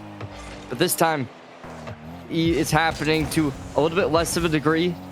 But it is still insane how they just completely halt the brakes of this WomanControl. Now, oh, gets the rebound, gets the goal as Xenu drops a 5th in. Oh, you just continue to say more right now. More and more. This is unanswerable from Xenu. 5 goals straight on WomanControl. And for WomanControl, what was such a great start to this game, the shafted esports player proves why they won game 1 and now looking to win game 2. 19 seconds left. WomanControl will finally stop the goal streak from Xenu. 19 seconds till they get another goal. Pressure's on, but it's more than doable. And that will make it a little bit more manageable. As you said, right, we're getting to the end of this game. And as the score is so close, either player can find victory. If Xenu takes this next goal, though, it certainly will be very, very unlikely. WomanControl takes the shot, and that'll do it! Oh, it's a tragic end for Xenu, because he knew. I wasn't even against the idea. He wanted to take the ball back to his half, sort of force WomanControl to chase him. But that first touch did all the heavy lifting for WomanControl. A terrible play. It leaves it right up for the taking. And now tied again. WomanControl with a little bit of momentum. Xenu off the kickoff here, looking for the lead. Shot! Oh, a big block from WomanControl. This ball kept up for now. Will Xenu be able to get one last chance? They won't. It's cleared away. This ball will hit the floor, and for the first time tonight, it is overtime in a 1v1 battle. I imagine in a lot of these 1v1s, these overtimes are very rare, very coveted. As WomanControl goes in, tries to make the shot, will only hit the backboard. So now they hit it, looking to keep control in their own space. Xenu, however, takes it in, drops it over as they go up 2-0 within this best of 7. One chance is all you need in overtime, and Xenu, the difference with that dribble, you saw him go for a couple. That dribble, though, on a bit more of an angle, leaves the back post a little bit more open. It's tougher to block that if you're a defender, because you need to have much better positioning, a much better looking control, a much better looking showing. And, well, you got to give credit where it's due here. That is great from Xenu. 6-5 in game number 2. That is the sort of poise and consistency and the sort of reminder control. That is some nerves to play in overtime in a grand finals and make the goal that happens on a play like that. They maybe went out on shots, but mind you, the second half of this game was theirs to win. And for WomanControl, who had such a good start, 3 goals in the first half of the game, just couldn't seem to manage it on defense. 5 goals against from Xenu in a row really was what was the costing blow there for WomanControl, even with that late game resurgence. Goes to show, right? You look at the stat lines as well. Phenomenal work from both individuals. 17 shots from Xenu, 9 saves from WomanControl. Both players, it is literally the unmovable object versus sword. I don't know why I brought that up. Now I can't remember the second thing as well. I know what the, you know what? All right. Yeah, so we're going on game number 3 now. The option for xenu to get to series point is here. Sporty, this could be phenomenal. But Drea, on the other hand, they've been able to make it close. They made it competitive as they were 19 seconds away from being taken down, and they were able to bring it to overtime. Will they be able to take this game? That'll be the question as we get straight on in. Kickoff is here. Let's get straight on into it. Yeah, and the question obviously for WomanControl is if they don't manage a good start here, can things get a lot worse for them? For xenu, it depends on how bad of a start it could be for them. I mean, the last 2 games, they've started out slow. They will not want to do that here. Reset. Oh, he almost sent that one in. It was hit the crossbar. That was a beautiful flip reset.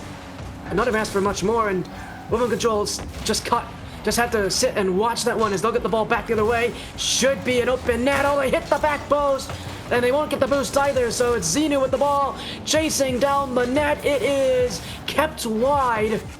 WomanControl on a bit of a lower boost total now. We'll have to jump in. xenu with the recovery, and the bump, and another bump to add to it.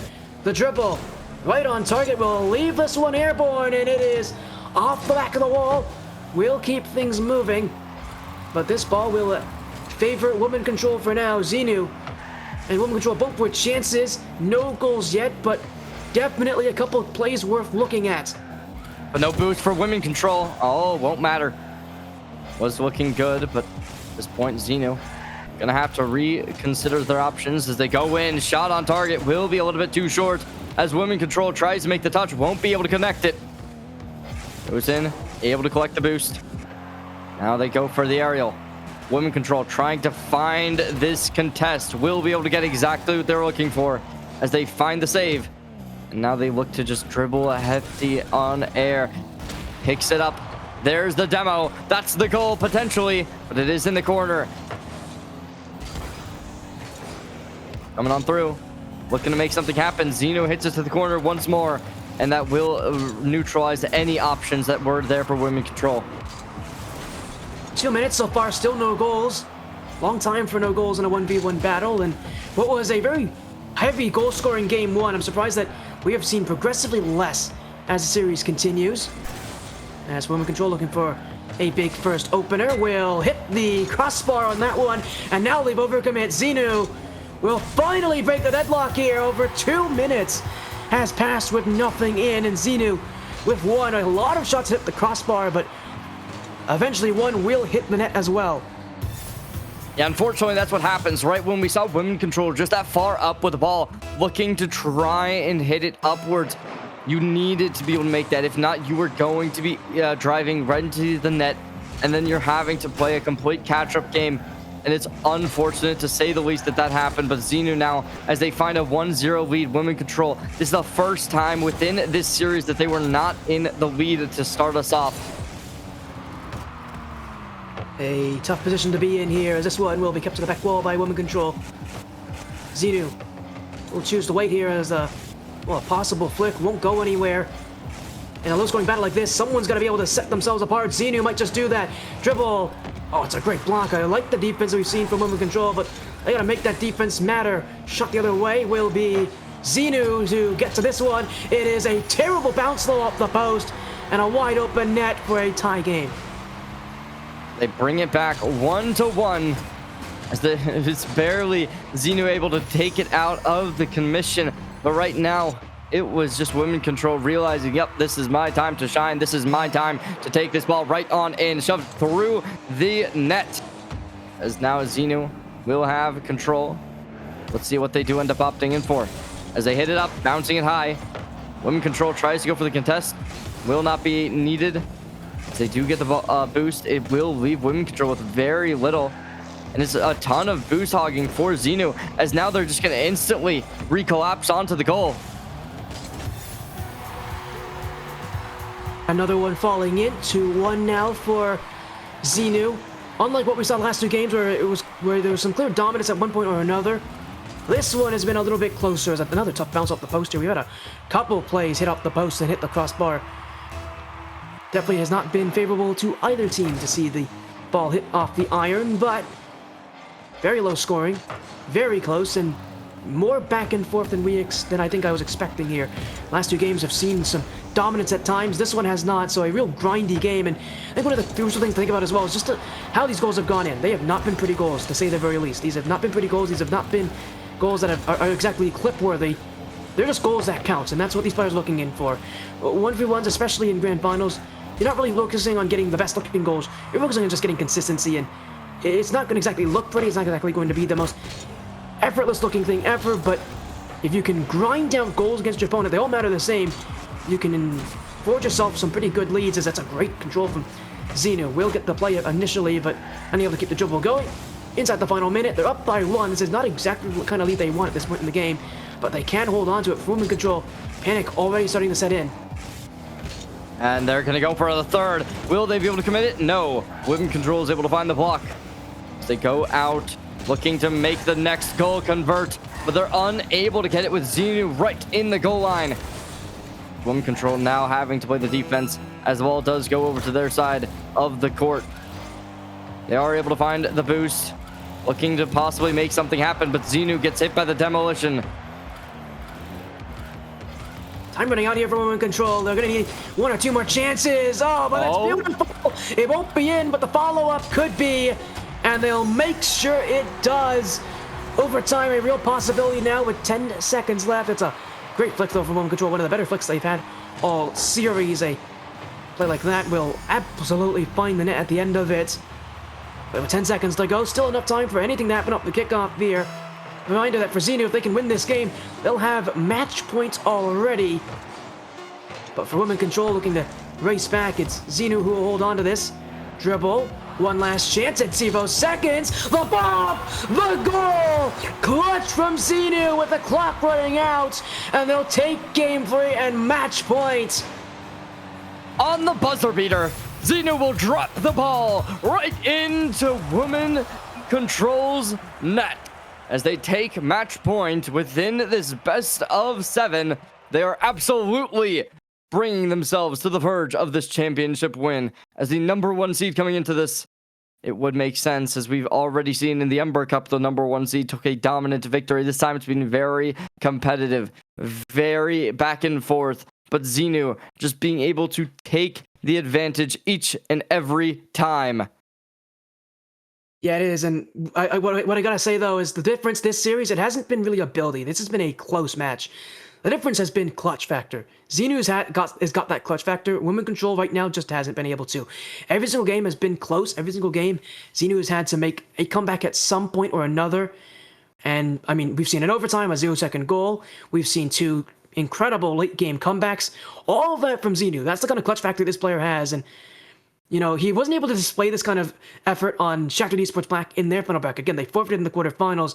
I don't know if that's been simmering in his mind at all since then, but if he can get a win here, if he can take this victory, it will be worth it. It'll be a victory, one that he couldn't get in the 3v3 Catalyst Cup. We'll have to wait and see, as we are going to be getting into the action soon.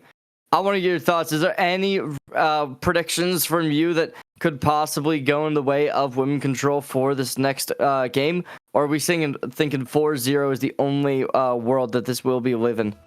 No, I don't think it's... I honestly don't think it's going to go 4-0. I think WomanControl, with how close every single game is gone, it's only a matter of time before they take at least one of these. Although that is a bad kickoff. 3 seconds and already a goal for xenu.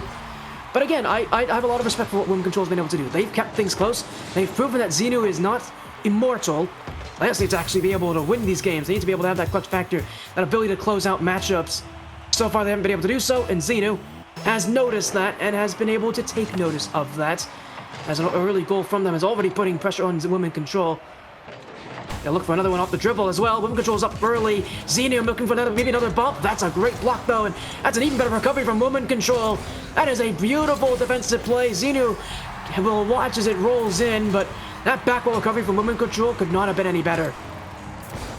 They dominate the battlefield, as xenu will be able to pull out something, but it is just instantly responded. WomanControl takes this game for an absolute loop. Now as they go on, kickoff ready, xenu tries to make something happen. They're able to find the early boost. as they go in aggressively. The contest is there, and Women Control wins out on the 50-50. Heavy investment will pay out as they look to get it done, but it just hits the iron, and they'll have to reconsider their options as they go in. Women Control has another shot on target, looking to make it happen. No touch available. That's Women Control dropping another goal in as xenu falters on the touch. Yeah, xenu there just pushed up a bit too high. Was sort of trying to bluff that they would challenge that play, and Women Control calling that bluff. I mean, you gotta give credit. These players, these are some smart players when it comes to 1v1s. They know exactly how their opponents will want to respond. They're playing smart, intelligent Rocket League, but as things go for Women Control, I think they'll be more than happy to make sure that they actually get a goal after having missed that open net earlier. As for xenu, again, trying to get off to another early start. Doesn't want to give Women Control any lead possible, and well, they're not going to let this one stick around for long. Off the ceiling, they make things weird. Women Control unable to recover faster, and it's xenu who has an open net that they'll make sure will be one that they'll score on. They bring in a 2-2 situation as Women Control gonna be looking for the kickoff, but xenu is the one that absolutely dominates it as they go in. A second touch completely obliterates all chances as xenu drops them down and finds early success. Look at that shot. Women Control attempting to make the block happen, just unable to do anything about it. By the way, this has only been the first minute of this game, so we're back to the high-scoring battles here as a kickoff play for Women Control. We've seen them go for a couple of fake kickoffs this series. They haven't mixed in a ton of them, but I wouldn't be surprised if we see a couple more of them as this game progresses onward, and especially if xenu is able to keep adding more goals to his lead, as he'll do right here. And I think the more that xenu continues to find ways to score, the more we're going to see Women Control adjust those kickoffs, make some changes to that play. I mean, these games have all been just so close. Women Control knows that they don't need to change too much to win this, but they're going to need to make some changes, and the kickoff is an easy one to adjust and one that they've done before. Expect a couple more fake kickoffs as this series progresses, and oh, xenu's going to go for one here. Women Control maybe getting caught in their own game plan. We'll go back to defense here. xenu's going to take the boost and make things very tough. It's an open net, one they won't miss. 5-2 for xenu, as they're looking poised to win the series in just four games. A 4-0 sweep, just like our last series was. At this point, you've got to imagine xenu will have all the confidence in the world, as a 3-goal deficit certainly brings them even more happiness than one would have initially had. xenu going to be going for the standard kickoff as they look to get this boost and the ball both in their possession, able to find them both as they look to get this net, and they're able to not have it just yet as Women Control finds the save, hits it upwards, and now is able to take possession. They have 66 boost, could possibly be able to make some magic with this. But as they go for the contest over, they try and hit the rebound, but it will be xenu instantly devouring that. Yeah, it's definitely a tough position to be in here so far as 3 minutes to go. And it will be xenu. Has a great challenge though. Women Control pre-jump that play early. So starting to see that maybe xenu's starting to become a bit too predictable here. Women Control, they're pre-jumping them. They're recognizing that xenu's a bit more predictable in what they're going for. They're playing a very slow style. I like that Women Control is starting to jump into that. They're recognizing that there's repetition in what xenu's doing, and they're jumping on that opportunity. Another kickoff available. xenu looking to try and make some more magic done. Women Control finds a little bit of a contesting point to have a third goal go their way, and they instantly just don't drive it right on through, despite the car being there. They'll instantly have no relinquishing to it as they just hit it straight on in as hard as possible, and Women Control will find a fourth goal to find almost that equalization point. You said as well, again, it's going to be a good sign here that things right now are at least going somewhat in their way, as it's going to be saved off the post. Women Control will get back to this one eventually. xenu will chase it down. Women Control to the corner. xenu. Women Control still. Eye flick with half the game still to go. It's only a 1-goal margin right now. You know both players are going to want to extend their own margin of victory as xenu really pushed back right now. Very little left. Women Control doesn't have much more though. They're going to get the boost though, so xenu's going to have to get to this one. And they'll go to the side wall. A little bit of recovery and a little bit of space made. Flip reset. Xenu will at least play the 50-50. They'll take a little bit more boost as well. Woman control. Chased by Xenu. Not a lot of boost to work with as it's going to go to the corner. Xenu will stay with this. Time ticking away, but for women control, it feels like right now they got what they need. They just need to find that shot. It's on target, kept away as well. Couple opportunities there for women control. Great setup, but no real great shots at the end of it. And without that potency, there's no goals coming from them right now. Playing the defense, women control trying to juggle this around as they dribble it forward.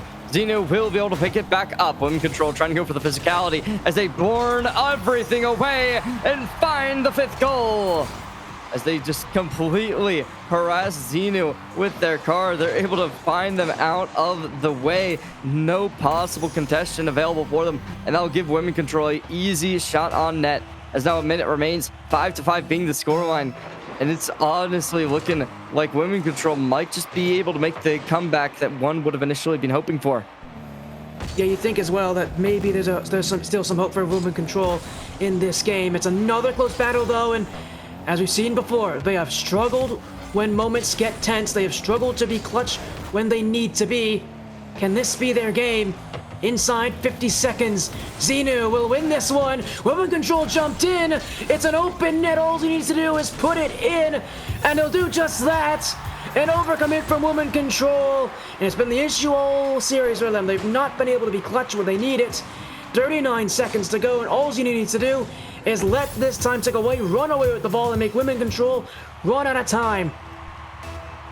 Whether or not they will inevitably be able to do that, it is certainly in the realm of possibilities. They are going to be able to find the boost plus the ball. Looking to possibly just make this next goal convert, however. They're able to do exactly that as they air dribble right on target. 30 seconds, and it will be a 7th goal converted. Xenu now really looking to just put the nail in the coffin as they completely dominate this game in the ending parts. Again, for women control, is it the same issue that's been hurting them this entire series? 28 seconds, they'll go for a fake though, it worked perfectly! A perfect fake call, and women control will catch Xenu on that one. Still 22 seconds, a lot of time left for a game that is proving to stay extremely up in the air. Anyone's to win, anyone's to lose at this point. Well, Xenu may be able to take the tournament with this. Women control is not out of the battle just yet. Another kickoff. This one won't work though. Xenu won't be able to score to this one, so he'll take it to the corner instead. Up in the air. This is an aggressive push for someone who's only up by 1 goal. Flip reset. Double. Not able to take it. Woman control falling on top of it. Xenu will waste a little bit more time. Shot will be easily kept away by women control. They'll need to keep the ball up here. But Xenu not looking to let it happen. Airborne, bumped out the way. Woman control needs to stay up in this one, but Xenu will remove any possibilities. A 4-0 sweep, and they'll be champion of the Ascension Cup solo series. Champion gets crowned in the Ascension Cup, and now it is all up to one last tournament to crown our winners for the first, I guess, half of the solo series as we go over to the Pinnacle Cup. But honestly, this game was phenomenal. This was the closest for sure. 7-6 being the overall scoreline. You know, if you switch around, that would become 6-7. But obviously, these two teams. I'm disappointed in you. We're going to break just because of that. We're not even talking anymore. Cherry, I'm disappointed in you. We're going to break. Catalyst Cup is up next, by the way. That is going to be ZaneStar and lepidmode teammates on Mafia Vendetta. While I put CherryJ in a talking timeout, we're going to let you all listen to some great music, and we'll be back with one more best of 7 in our 1v1 Catalyst Cup to end our first half of solo series action.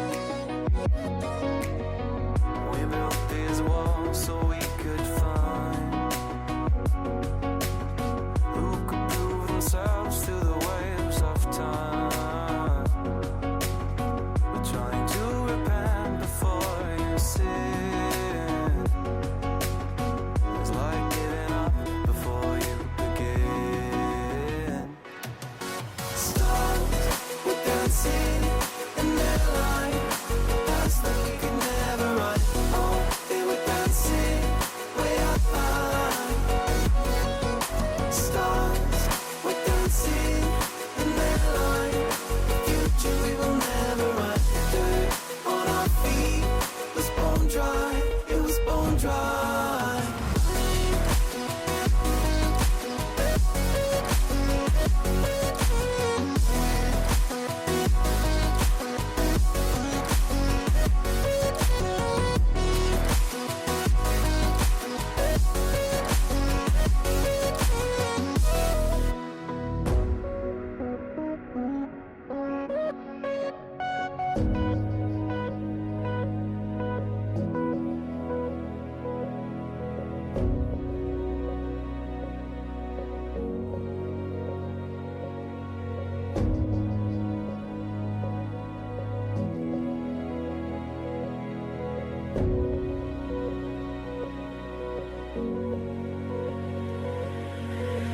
Thought another goal is all we needed.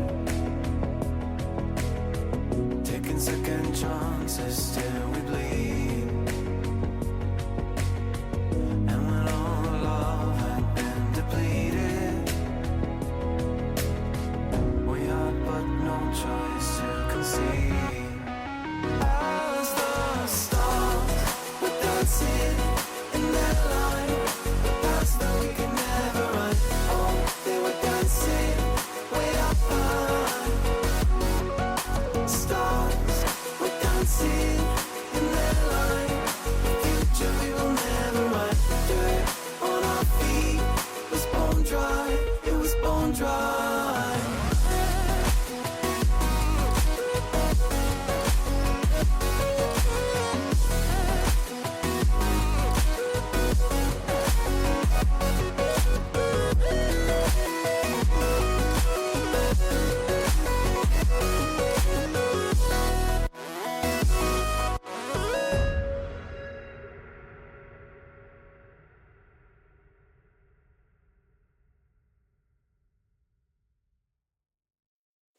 The night has come, it's cold and losing my control. Your light is gone, and lonely darkness fill my soul. I wish that you could save me from my isolation. It's way too complicated. Let's stop this conversation. Let's stop this conversation. We got no relation. I have come, it's cold and losing my control.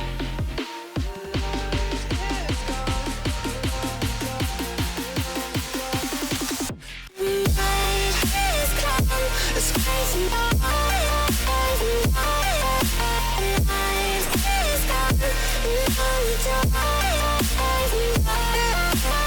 wish that you could save me from my isolation. My eyes are complicated. I stop these conversations.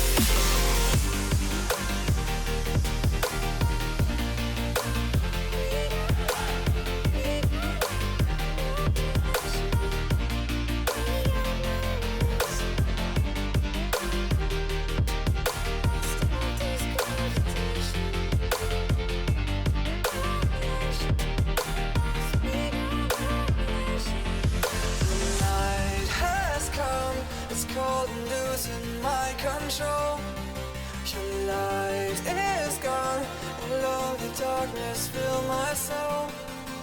I wish that you could save me from my isolation.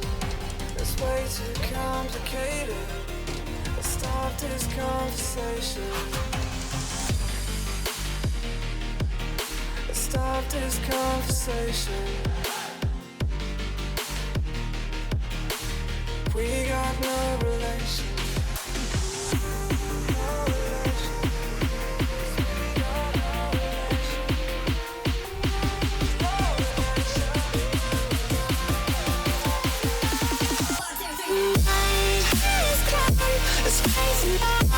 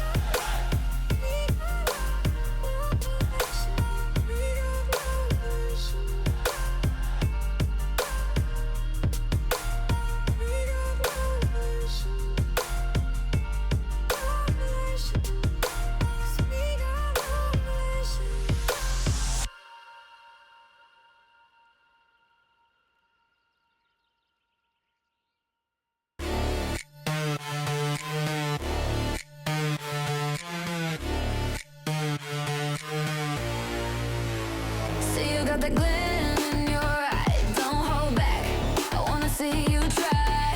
Might get my heart racing, but I'm not breaking. Go ahead and beat me. Go ahead and beat me. Don't hold back, I wanna see you try. Go ahead and beat me. Been around the block a time or two, ain't a damn thing that I can do. And you got me thinking you might just be the one. Go ahead and beat me.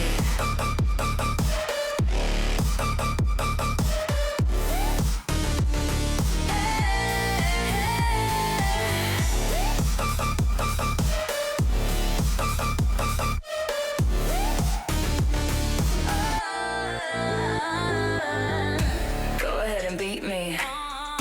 Go ahead and beat me. Don't hold back, I wanna see you try.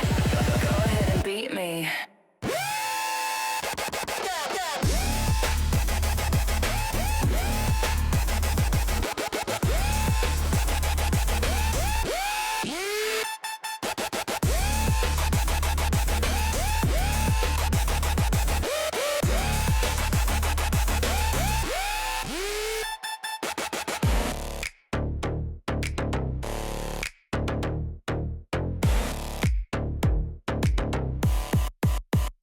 Go ahead and beat me.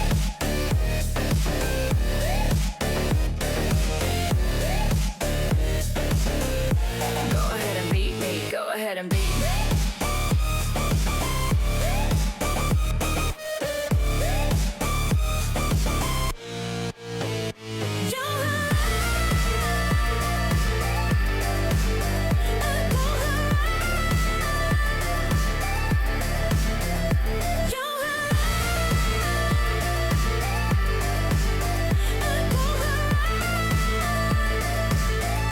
Go ahead and beat me. Go ahead and beat me.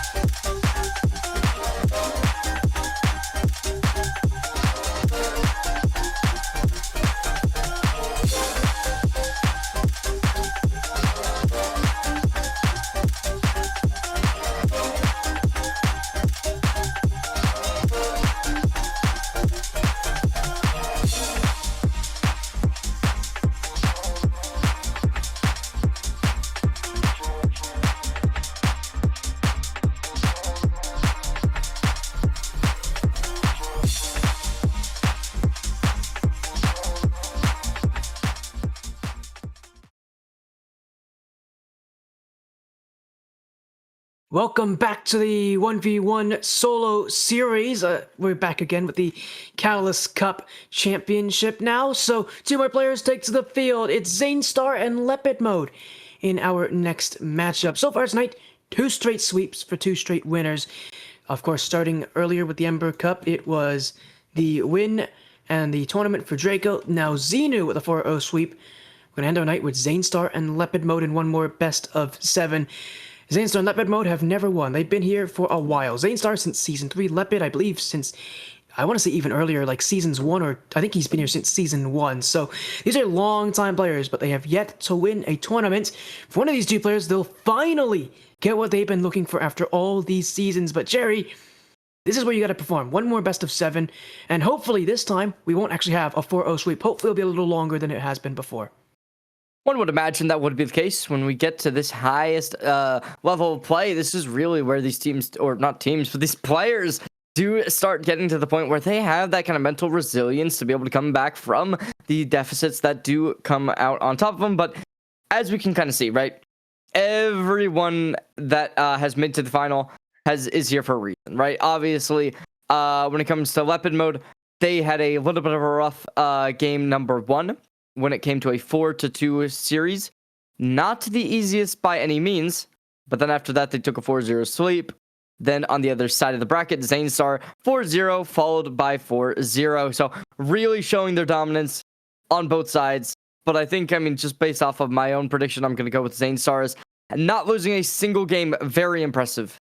Yeah, that win against Proxy is especially impressive. Even though Proxy was definitely a beatable player even during the season, they had some issues at times against close opponents.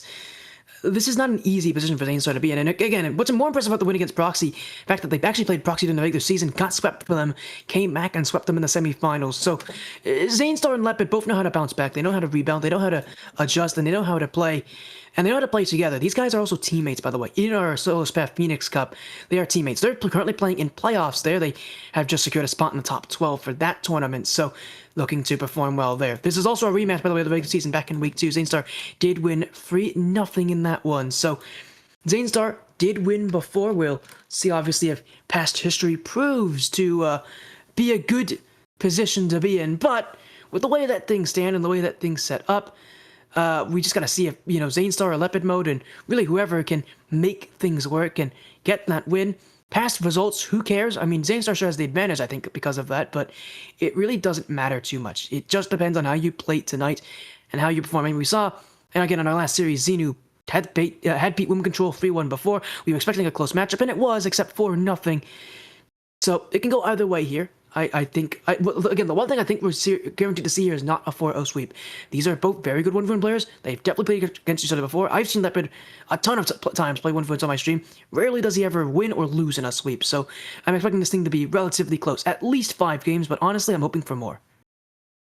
This is going to be a little bit off topic, Sporty, but I feel really stupid and a little bit silly as well. This is the first time I've had the stream open and seeing what's happening. I didn't realize there were so many cool graphics on stream, but yeah, that's very cool. But anyway, yeah, we are getting right into the action as we are going to be able to see these 2 teams ready to fight, ready to enact a little bit of some damage, but onto each other. We'll see who's going to be the one to find early success, right? lepidmode, they're going to be on the defense already, as we do see ZaneStar starting to kind of surround them, looking to play across, and they try and make the rebound work, but lepidmode is going to be able to take possession. As they take it, they are going to inevitably be able to start running the boost as well. They go in, but unfortunately, it will be ZaneStar clearing it out and finding a goal to open us off. ZaneStar pulls off the opener. Yeah, and, unlike the last division, we're going to see a lot more aerial-based gameplay here. Both these players are very comfortable in the air, so whereas in the last couple of matchups we saw the aerial game either decide things where at least one of 2 players was not confident or both players weren't confident in our last series. This one, you're going to see both players feel very comfortable going up in the air. That's just a likely situation that you're going to see an aerial-based battle between these 2. They love to do it, and on Mafia Vendetta, they both like to play in the air. In 1v1s, it's really not much difference. Just comes down to who can perform a little bit better here. ZaneStar definitely trying to play a speedier game. A lot more boost usage, but a lot more speed on the ball, and I think trying to maybe catch Lepid early. They know that Lepid, one of the weird things about a match like this is that ZaneStar knows that you can't exactly surprise Lepid with anything that he's doing. These two are teammates, they know each other very well. And you're not going to surprise anyone with the way that you're playing, but if you're ZaneStar, maybe if you can do things a little differently, do things a little more new, play even better, maybe that's the surprise you need, as a back wall touch will be stuck by Lepid.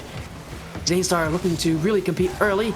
As for Lepid, just looking to hold in for now and wait for an opening, as they'll get it here.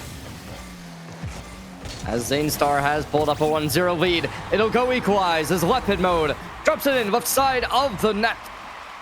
ZaneStar now going to have to keep going on aggressively, as the defense clearly is not going to be their strong suit, as lepidmode with a nice cut shot across the edge, just dominating. It's been a minute and a half and only 2 goals, very different from what we've seen in the opening games of each other division. But right now, ZaneStar, as you can pull out. And I just want to ask you a question, because I might be wrong on this, Sporty, but is this the first time tonight that we've seen the Octane being pulled out? No, it's not. Definitely not. We've seen it a couple times. Saw WomanControl use it in last series. Oh, I didn't realize that. Oh. It's far from the first time. It's far from the first time we've seen the Octane. It will be far from the last as well. So, but one of the interesting things about this matchup as well, I think one of the reasons why it's solo scoring early. You mentioned it, how there's very few goals in this, here compared to the other games. Is that, again, it's familiarity. These players aren't going to surprise each other. They know each other very well.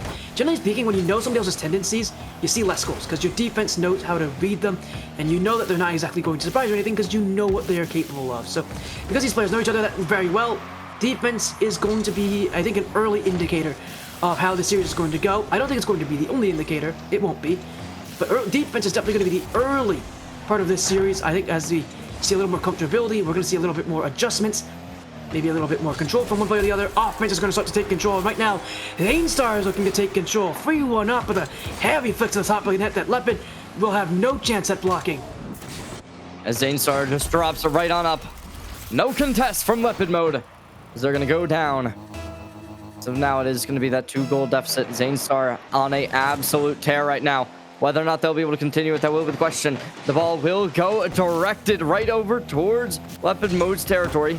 They're able to connect to that big boost, but right now, ZaneStar is just trying to take advantage, looking to steal away another one as well. Maybe even go for a cross-map air dribble. It is going to work, but it goes off target. Needing to try and redirect it towards the center. Will be able to make that happen, but lepidmode is able to steal it away in the midst. Oh, what a great shot. Finding the corner there. Hey, that's a tough angle as well to hit, but it's a great placement there for lepidmode. Bottom right, hits the goal, hits the play, and that is exactly what they need here. Going on, another kickoff. Unfortunately, ZaneStar going to be playing a little bit of a fake, and will be an interesting idea. Won't provide too fruitful for either player, as lepidmode giving up possession, goes over to the corner, able to pick up full boost. ZaneStar possibly looking to keep it low, and it will work for them. lepidmode, however, going to be hit with the demo. Now's your time, now's your chance, but hits the left corner. Tragic if you're ZaneStar, as that was the perfect opportunity to be able to make something happen. Still trying to keep things going. I think ZaneStar has often considered himself a high-level player. In previous seasons, we've seen him make statements about how he would love to have performances in the RLCS. Well, right now, he's looking at performances in ATS, and this is a great goal to get things going. A ground double tap, and Lepid only looking to get back to net. I don't think he could have believed that ZaneStar would hit this thing, but he does, and well, in game 1 already, this is a ZaneStar performance that is not too unlike of what we've seen from him in the past, and unfortunately for Lepid, he knows ZaneStar well enough to know that this is not new from him. As the ball goes up, no chance to block it, as that'll give lepidmode their opportunity in order to be able to strike while the iron's hot, find it off the kickoff. As ZaneStar trying to get the block, and it was just a little bit too deep within the net, and it will leave lepidmode with another goal going their way. As now we hit the kickoff once more, faking it. ZaneStar giving it the goal, conceding it immediately. It's tragic, and lepidmode's just going to be able to pick up a fourth. I don't know what happened there with ZaneStar, but rarely do you see someone miss the kickoff entirely. He must have been going for like a dunk play kickoff, because that's the only kind of kickoff where you don't go for the ball like that. Lepid must have noticed early that ZaneStar was not going to get a good kickoff there, because he stopped immediately. And Zane, wow, with just like that, has given Lepid more than enough reason to come back in this game, although Lepid now with a bit of a mistake overcommits. ZaneStar will dribble this one to the left side of the nets, and, well, you appreciate the commitment from lepidmode. That kind of risk does come at a cost if you don't hit your shots. Is looking good though, as the ball will just glide right on through. And now, Steve being 5-4, lepidmode needing to make the comeback once more, as they were able to do nicely on the kickoffs. Both two players really gonna have to be on their guard. ZaneStar going to try and hit it through the air. The verticality working in their favor, but lepidmode is gonna be the player to catch it up. As ZaneStar, right up, hits the backboard. Will try and take advantage as they instantaneously drop the ball right over in goal. lepidmode goes down once more as ZaneStar picks it up and takes the 6th goal. That is some splendid reactions from ZaneStar. He never even went for the save on that play because he knew the shot was high. He immediately backed off once he saw Lepid go for that flick. He knew that flick was high. He knew the shot from lepidmode was gone. And he never even went for the save. He knew that all he had to do was just turn around and throw the ball back at the orange nets. Now he's up by 2. Still not 1 yet for ZaneStar, but he's in a good position. As for lepidmode, here goes an air dribble play. Looking for the dribble! He spears it into the top of the goal. ZaneStar, a bit slow to react, was maybe expecting an air dribble bump, which usually is a bit slower than that, but Lepid goes right for the nets and gives ZaneStar no chance. ZaneStar, unfortunately, dropping down once more as lepidmode picks up their 5th goal. Kickoff happens. Look at that. ZaneStar stops the car and is able to disrupt the kickoff for lepidmode. They're trying to play it slow, but that was oh, that's tragic. As they concede the goal, lepidmode is just able to dribble it right on through. As ZaneStar tried going for the prediction, but it will fail in the end. ZaneStar's not been able to read Lepid in this last half of the game as easily. He went for the early air dribble block there. Lepid, again, I think Lepid's doing a great job at letting ZaneStar sort of outplay himself. ZaneStar, very frantic in the way that he plays. He likes to play fast. He likes to jump early. He likes to have his opponents read, but if you try to pre-jump your opponents every single moment, your opponents are just going to stop moving. They're going to let you outplay yourself here, and Lepid doing a great job at sort of letting ZaneStar outplay himself here. This game's not over just yet, though. ZaneStar will, at least here, get the last chance in regulation. Long touch, has the dribble. Lepid's able to keep the block, but this thing's still kept up. And Lepid, he'll get a chance here. He'll have the last hope in regulation. Dribble. Looking to keep it well, the dunk play. Blocked by ZaneStar. He'll look to keep it up himself. To the sidewall. ZaneStar, that's not a great touch. Straight back to lepidmode, who will let this one hit the floor for overtime. We hit overtime in game number 1. 6-6 being the score.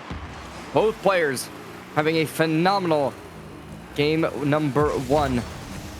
And it is just going to go straight on over. Barely knocked out, as there's going to be some more boost steal. lepidmode not going to have a lot to play with now. Hits it upwards. ZaneStar tries to deliver it, but the block does come out. lepidmode still staying alive. More boost stealing comes out as they're able to collect the next corner. And now they're just biding their time, waiting in. Oh, but it will go. lepidmode able to hit the block and now go in aggressive. 34 boost will be refreshed, and they try to make it happen. Will be blocked, as now lepidmode going to have to deal with ZaneStar, but this ball goes straight on over. Barely not in goal, and lepidmode will be able to clear it out. 7 saves so far this game for Lepid, 6 for ZaneStar. The defense, as I said, making a real statement so far, as all they need is 1 goal on offense. ZaneStar won't have it there. That was a good move, but Lepid doing just enough to keep him away from it. Now a pinch that is straight back to lepidmode. High first touch. ZaneStar jump for that one. It's wide open for lepidmode, and this will be game 1. lepidmode dropping them down as they take the next goal and find victory in match number 1. This grand finals, I mean, we had kind of discussed it earlier. It's 40. I'm not going to say it. We're eventually someone should probably is going to say it, but you know, it's a good start. It's a good start. Well, as I said before, I do have predictions that this series isn't going to go the full distance. Isn't going to go 4 games. It could go the full distance, or at least go longer than 4 games. Game 1, you're already seeing a close battle here, and with the way that things look, 30 shots in total, definitely the most of any game so far tonight. You're seeing as we go up the divisions, the shot totals go up, the opportunities go up, and with the shots going up, with the with the opportunities going up, so does the defense. You're seeing more saves as well. There's a lot more action and a lot more at the net specifically so far, Cherry. It's looking good, right? 16 shots from ZaneStar, really putting in the work, being super aggressive, despite having 14 shots on the other side. Less shots, but more goals, right? Just shows like when they go for it, they're more committed and they're able to kind of get a little bit more velocity perhaps onto their shots. And it just looked really, really good from them, as well as the 7 saves, being able to just kind of keep ZaneStar on their toes, giving a lot. But wow, Sporty, wow. I mean, I don't know about you, but I'm seeing like 3 different 6-7s on my screen. Like, no, stop. What's there's your, there's 3 different you're ones. not, you're not helping the stereotype that apparently teenagers can't handle themselves anymore. We're 7 seconds in, ZaneStar's already scoring. I can't even be happy anymore. You've ruined the 1v1s for me. I mean, when you have 6 saves on one side, 7 saves on the other. You've ruined 1v1s.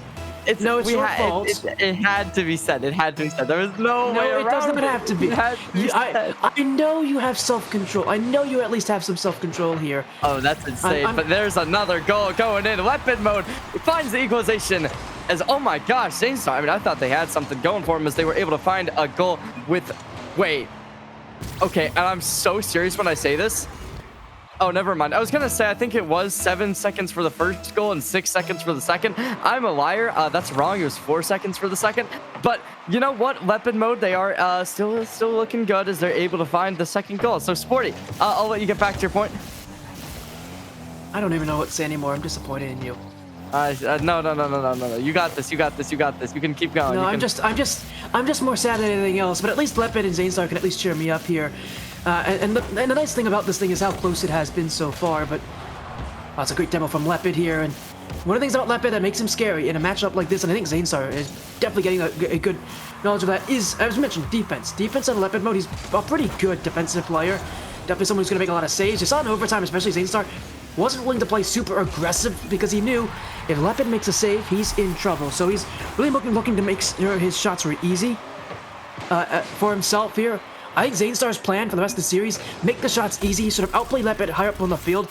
Don't try to test Lepid's defense too much, because he knows if Lepid can make saves, because he knows Lepid can make saves, and that defense is tough to break down, and I think ZaneStar may be a little bit nervous that he may not be able to beat that backline goal, that goal line play from Lepid that easily.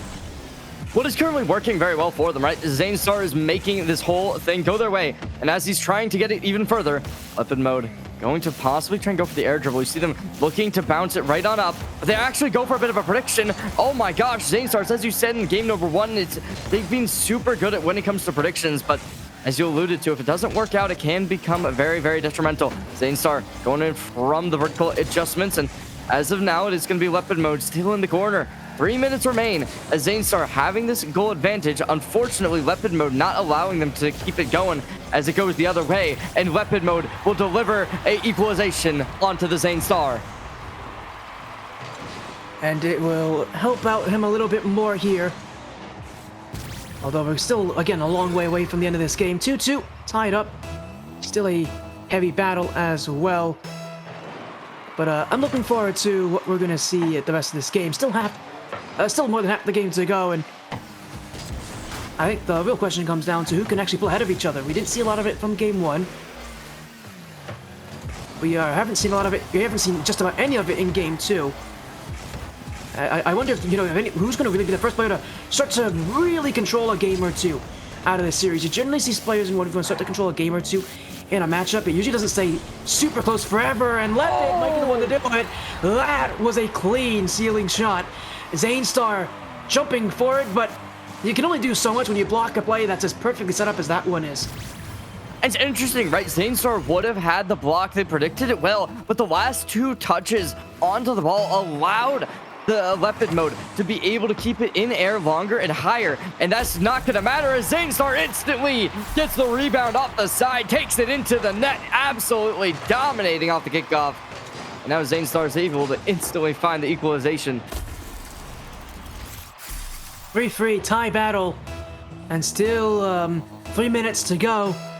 The goals are back in full force. 3 for 5, 3 for 6, now make it 4. for 6 on ZaneStar's side. Lepidmode, I'm sure, is not happy right now, but still a lot of time left. That's the one good thing about this battle, is that it's still close, and it's still a tough battle for him. Get on in. Next kickoff. Obviously, ZaneStar has been super proficient when it comes to these, and they're going to keep that up as they're able to give it a little bit of a shove. Going really aggressive over towards lepidmode's goal, and it will just slide its way on in.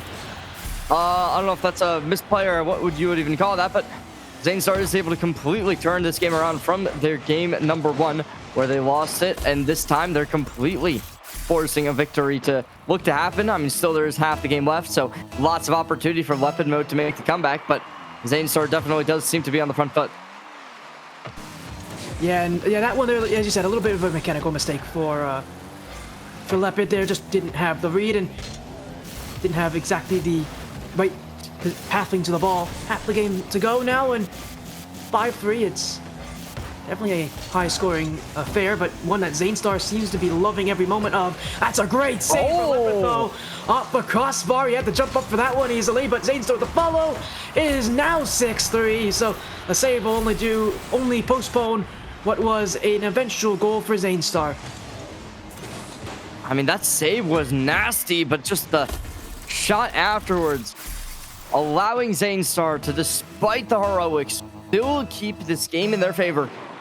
As lepidmode now down 3 goals, needing to go massive at this point if they want to be able to get this game back on track.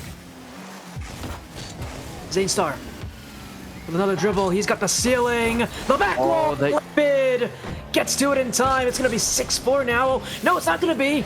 He misplayed, and he'll still get it. ZaneStar had no boost on that recovery, so Lepid's going to take this one. 2 goals away from tying it. Yeah, that really was just an all-in investment, and ZaneStar unfortunately did not have the opportunity to get back in time, despite lepidmode messing up a little bit on how they can path back over towards their opposition's goal. But now, as they do win off on the kickoff, ZaneStar is going to concede it. They get the boost, and they look to try and air dribble to the goal, as they're already almost there. This could be a bit of a detriment, but nope, they're already able to get back on track. 0 boost for them, but they will be able to get that online very swiftly, as now they want to go for another, but unfortunately the goal not going to be coming off just yet. ZaneStar going to have possession, looking to try and deliver the goal, but it still is blocked out. Lepidmode able to do it all. ZaneStar repositioning, remaneuvering, trying to get this done, but lepidmode still strikes while the iron is hot and finds the defense, and they want to keep it going. Look at this, lepidmode going in, tries to make it happen, but that's unfortunate. Yeah, it was. It was a great setup, too, as well, but it just won't be enough there, as kept away, and with a minute to go, ZaneStar racing back. Lepid, though, first to it. He won't win the play, though. ZaneStar keeps the ball above his net. Now he'll go the other way. Up to the back wall. Lepid's running on a boost. He's running out of opportunities. ZaneStar makes it 7-4. Lepidmode certainly back against the wall. 3 goals necessary. They want to find overtime. And that really is going to be a very difficult thing to come up against and see whether or not it is even possible. As ZaneStar currently going to just get a decent kickoff, and they might just have it done. Yes, they do. The 8th goal gets converted, as they're already showcasing dominance. And we'll see it continue over and over again. 42 seconds left in this game. And still, I think ZaneStar is still worried about lepidmode potentially coming back. He'll go for the dribble here, Lepid. Looking for the front post as well. He'll get just that. ZaneStar wasn't sure what Lepid would go for. He wasn't able to make the block on it. 34 seconds left. 3 goals behind. Still an opportunity for Lepid to come back in this thing, but he's going to need to make quick work of it. It is 8-5, and Lepid maybe having the opportunity. You'd have to score around 10 seconds on average. Lepidmode, though, this time bank, as it goes closer to their goal, you need to be able to reconvene, find a new way to approach your opposition's goal, because right now 20 seconds are all you're left with. The time bank ticking down, and lepidmode seeming as if the the win that they constructed last game is already going to be dismantled, and it's going from a best of 7 to a best of 5 as ZaneStar looking to convince another one. Not going to happen. It will be capitalized upon, but that's all for nothing. As lepidmode scores, that's all they're going to get. Yeah, it is. 8-6 will almost certainly be the ending scoreline of this game. ZaneStar will have game 2, and we are now guaranteed to have a series that will not end in just 4 games, so we finally have a matchup that will not be a sweep by the end of it, and I'm looking forward to what we'll see for the rest of this battle. But ZaneStar has a win, and as proven here as before, this is going to be a close series. It really, I think, comes down to just the little things, the small margins of victory. If it's a more high-scoring battle, I think ZaneStar wins this thing, but if it's a defensive structure, if it's a more low-scoring defensive battle, I think lepidmode seems to have an advantage. So it really comes down to what kind of 1v1 game are we going to get? A high-scoring one or a defensive one?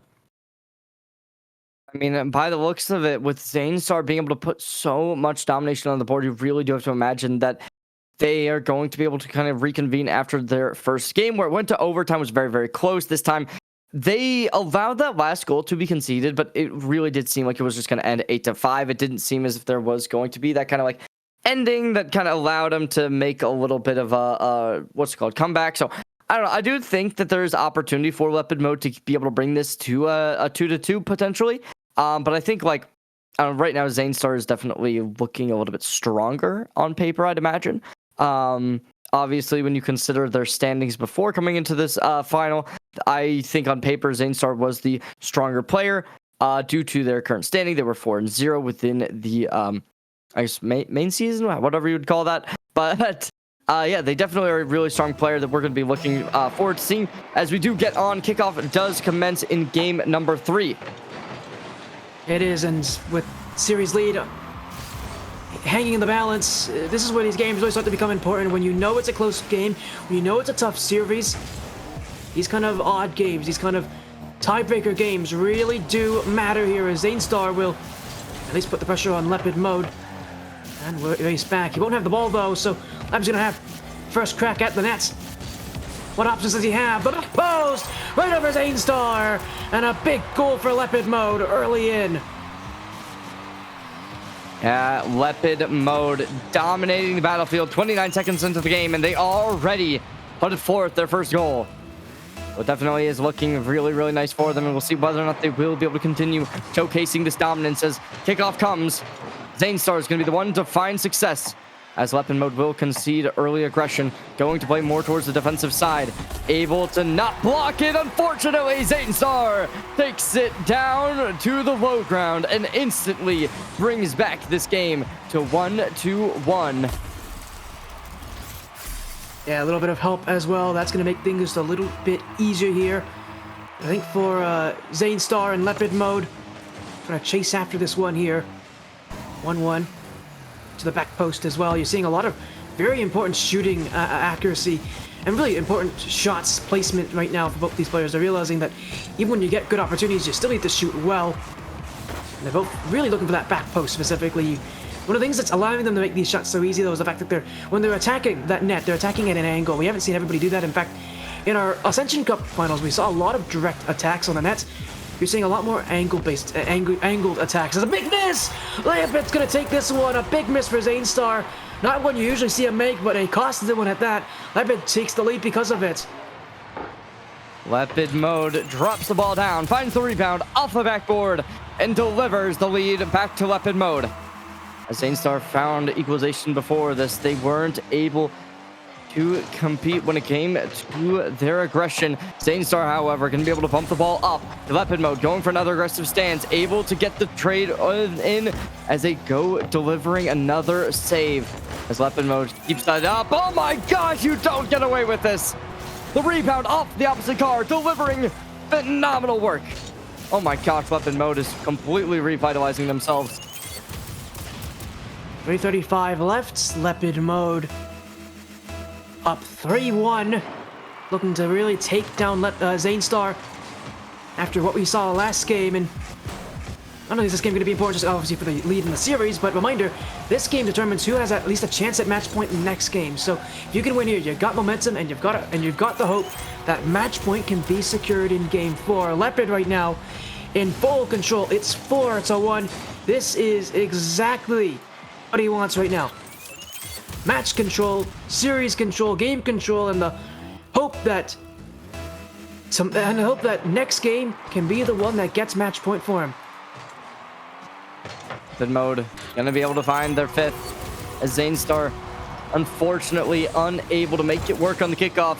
Lepidmode still delivering so much dominance as this 4-goal deficit seemingly putting ZaneStar in the grave for game number 3.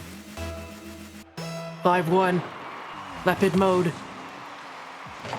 I mean, this is the most one-sided any of these games have been, and he's gonna make it 6-1 now. I don't know what happened to Lepidmode, but he came into this one with a vengeance, and he has left it all out on the field. ZaneStar completely shell-shocked. I mean, with how the last couple of games have gone, he's expecting much the same, and yet here's Lepidmode showing out, not missing. 6 goals on 8 shots, and ZaneStar. I mean, there's not much you can do right now. This is Lepidmode who is playing a dominant, consistent game, and one that ZaneStar just cannot match up right now. Lepidmode can go in, hits the backboard, looks for the trade, unable to find it. As it does leave ZaneStar coming in hot. Gonna try and make the touch, getting it done. Great repositioning. And they will be able to deliver a 2nd goal as Lepidmode not out of the woodwork just yet. Half the game to go. 6-2 for Lepidmode. And again, reminder that an important game here to determine not match point, but who has the chance for match point. And ZaneStar now needing to make a late game comeback with the last half of the game. Well, he's already off to a good start here, catching Lepidmode on an overcommit. A powerful shot, and one that was a bit too obvious for ZaneStar. Lepidmode gave him all that room, went for the boost, didn't care for the nets, and he'll get burned on it, an overcommit. And you can't make those kind of mistakes at this level because players will recognize and they'll score because of it. Lepidmode able to take control of the ball, looking to air dribble down to the opposite direction. ZaneStar takes it away, tries to get something done. The rebound possibly will be coming off, and they might get something with it, but no, Lepidmode just instantly recontrols it. The boost not great, going to be conceding the ball. Goes over, net is not found, but barely at that. Pressure continues in front of the orange goal. ZaneStar looking for another one. He'll chip it in. A slow shot for ZaneStar, but what was 6-1 for Lepidmode now is only 6-4. ZaneStar is slowly but surely re-entering the conversation. And we saw this in our last series when it was the WomanControl having a very rough time on the second half of their game. But this time, it's going to be all Lepidmode, who took such a dominant start, but now ZaneStar is just completely redistributing these goals and putting them all in their favor.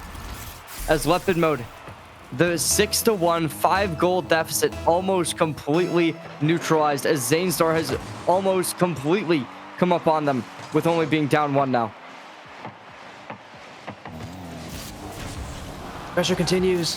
100 seconds left in this game, and it will be Lepidmode of the long clear. ZaneStar will take this one back. And chase the corner now. Lepid for 7-5. It is a 2-goal lead reestablished.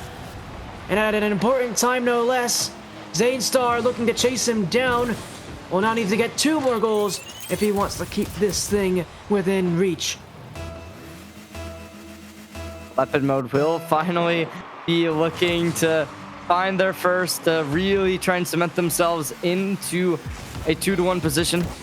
ZaneStar tries to get something done. Lepidmode will brute force it, trying to get it all but over. Not just yet. ZaneStar with a phenomenal block drops him down. It's Lepidmode going to get the ball hit right on over him, and ZaneStar secures it. Well, he's got to go back now. ZaneStar still more than enough time to match this battle, but it is still a tough position for lepidmode, knowing that he's had such a strong lead, had such a good start, and it may all crumble behind him. ZaneStar just needs one more goal with the minute to go at this point, and he's got the demo too. Things are looking good for him. Can he put this one on target? No, he won't. Seems like it. Oh, but not just yet. Sporty.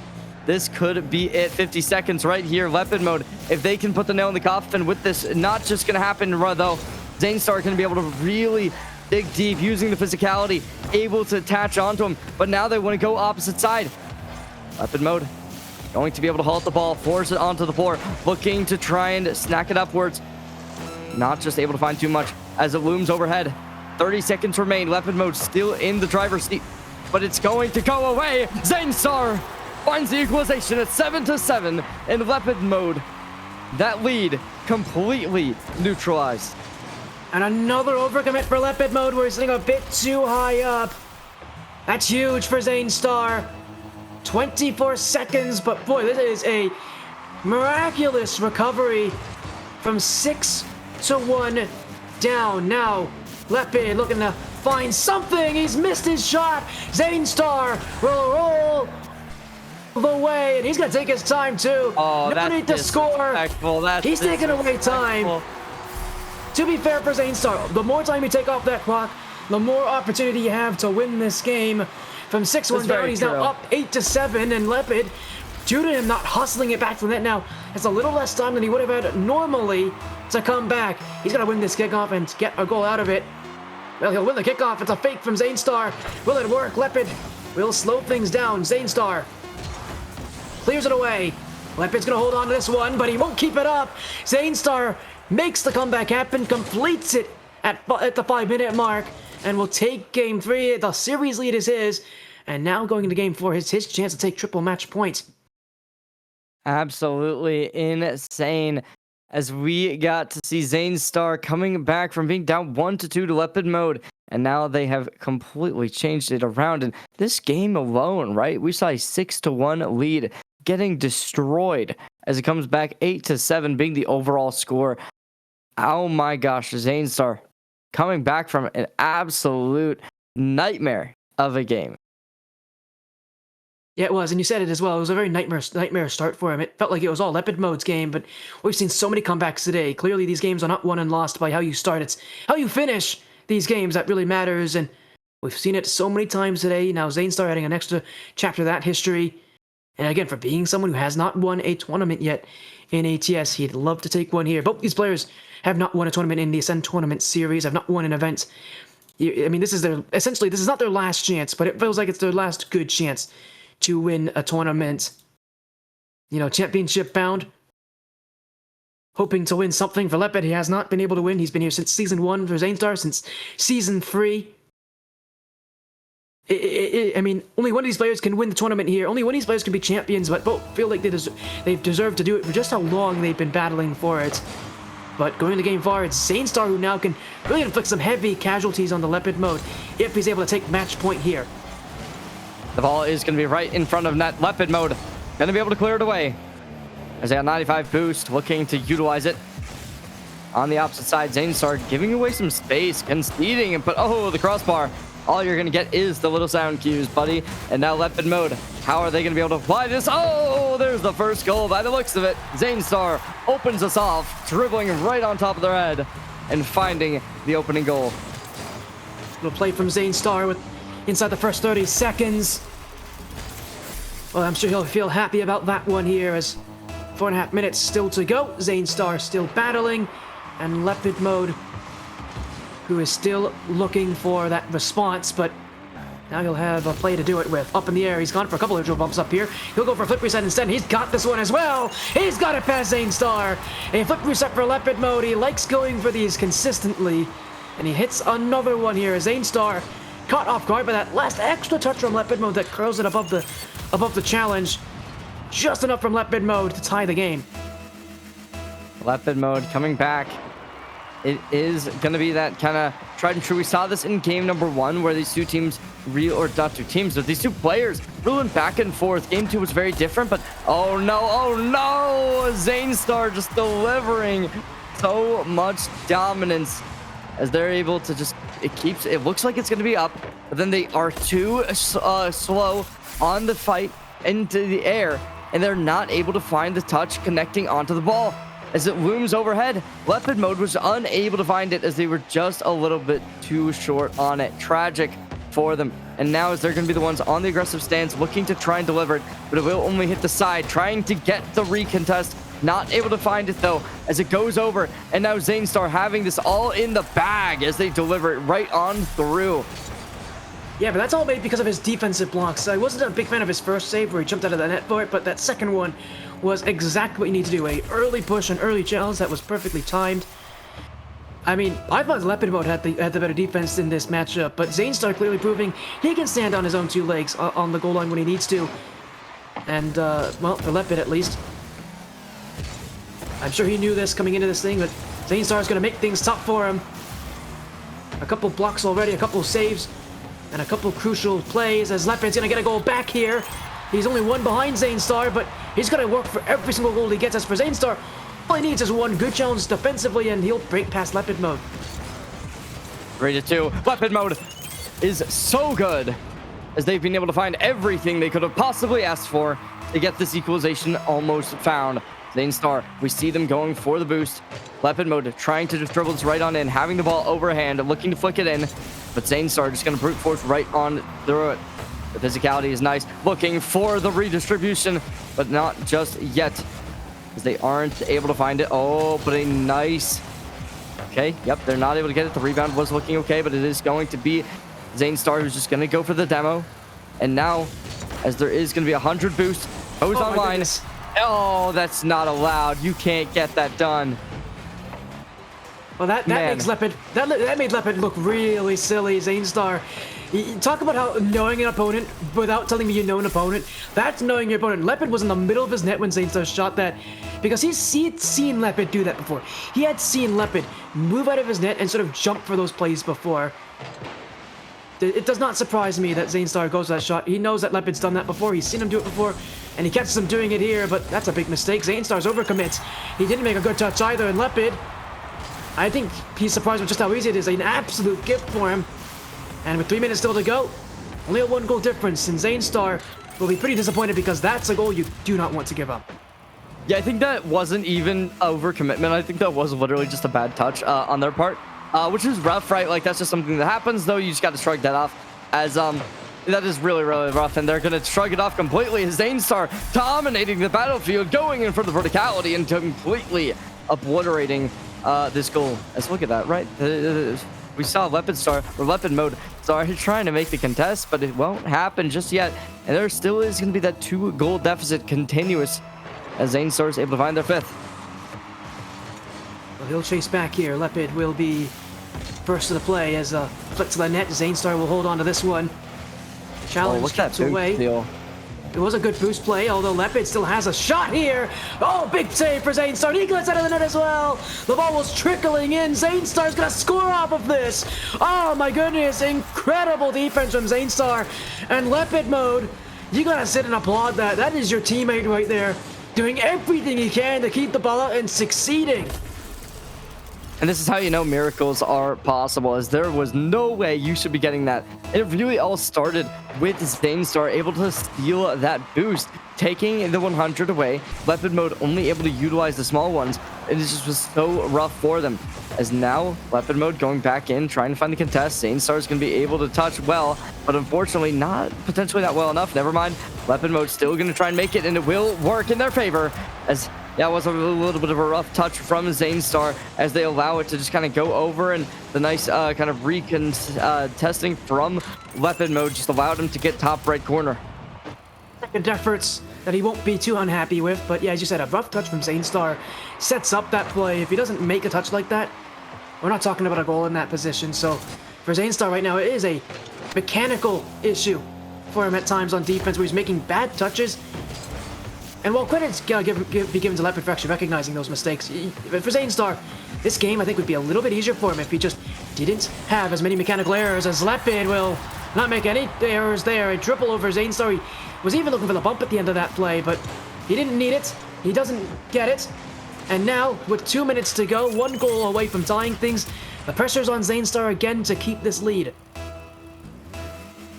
ZaneStar, that 2-goal deficit has been closed to only 1 now.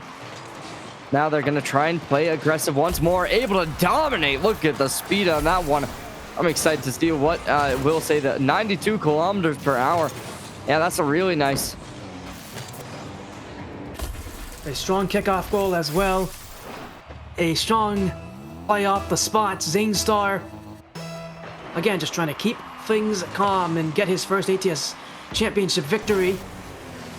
Lepid, he'll go back, and he doesn't get the boost either. ZaneStar can shoot from here, and he can score as well. He was instead actually going to take the boost from the other side, so he'll go to the air instead.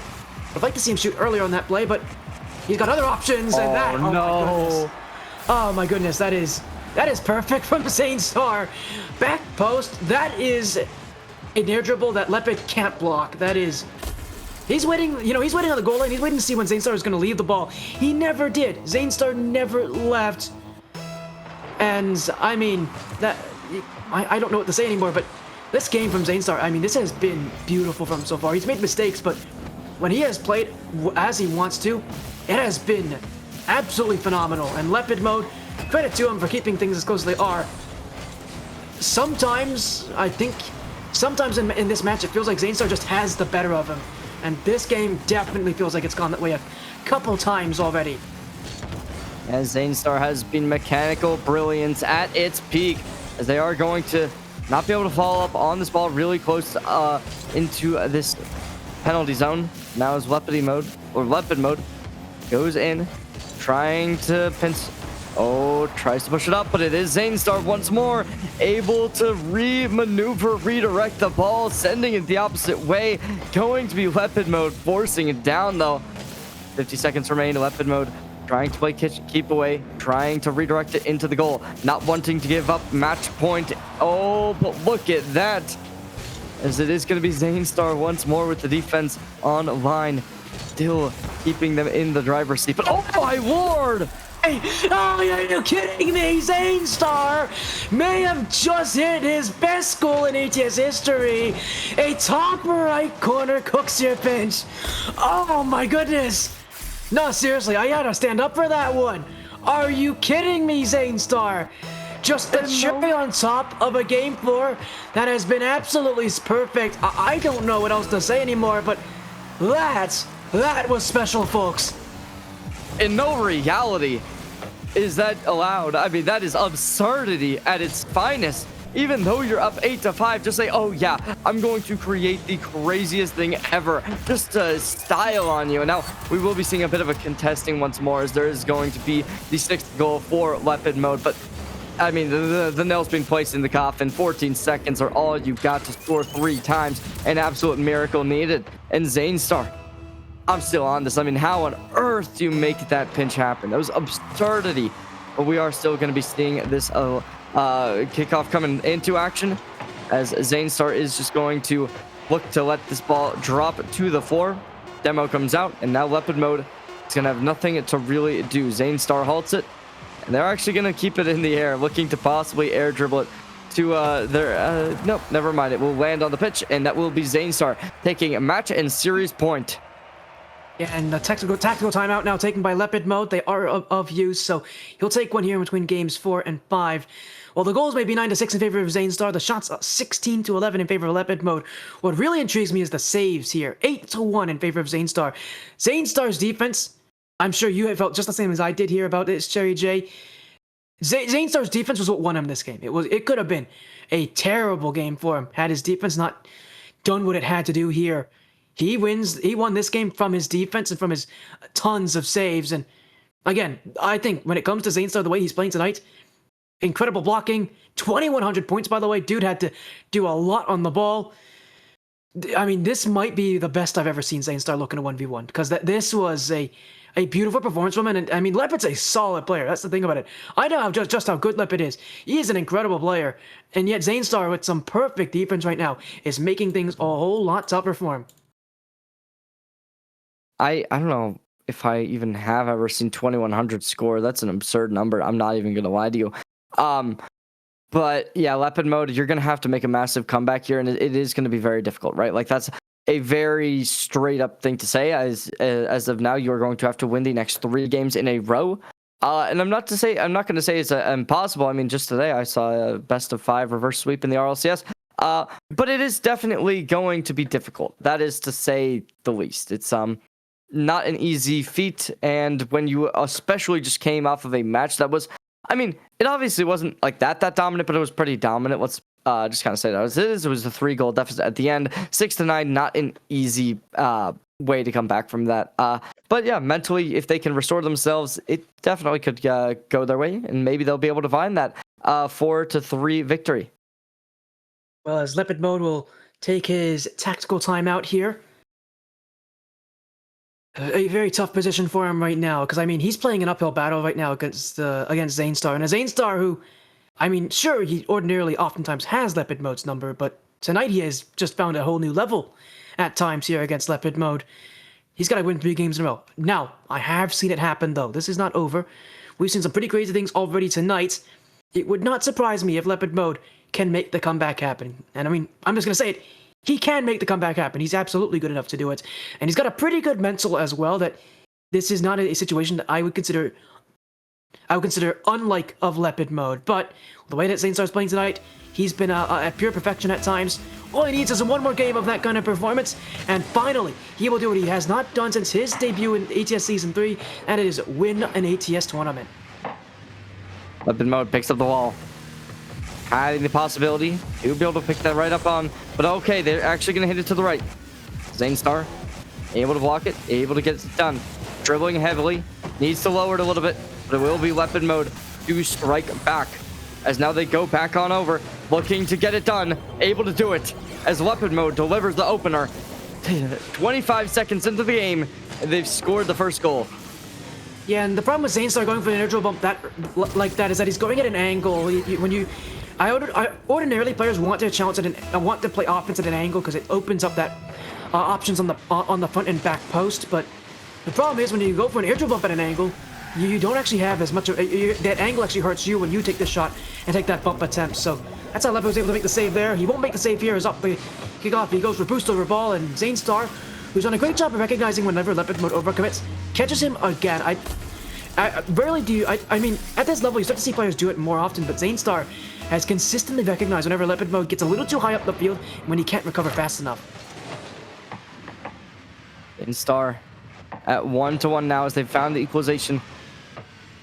They're going to try and air dribble across the entire pitch, but lepidmode will be able to end it right at the end.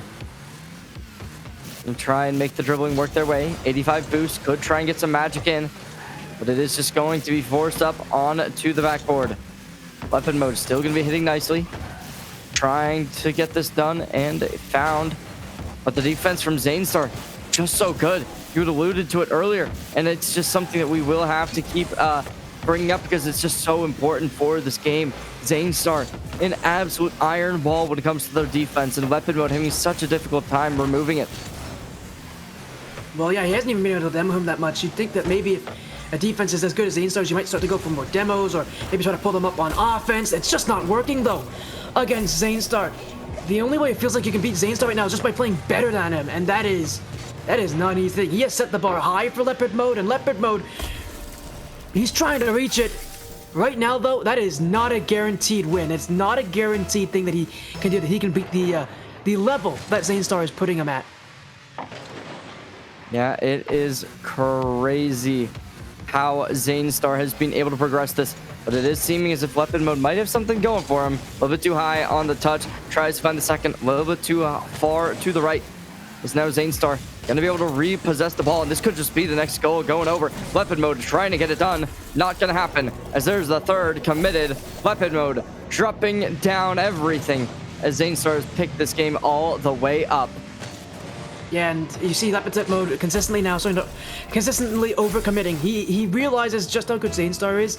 He's overcommitting, and while lepidmode ordinarily sometimes has issues with overcommits, ZaneStar is really exploiting them by the fact that he's making a lot of these saves. He's making a lot of blocks. He's already got 2 this game, And he's already got a 3-1 lead as he'll make it 4-1 off the kickoff.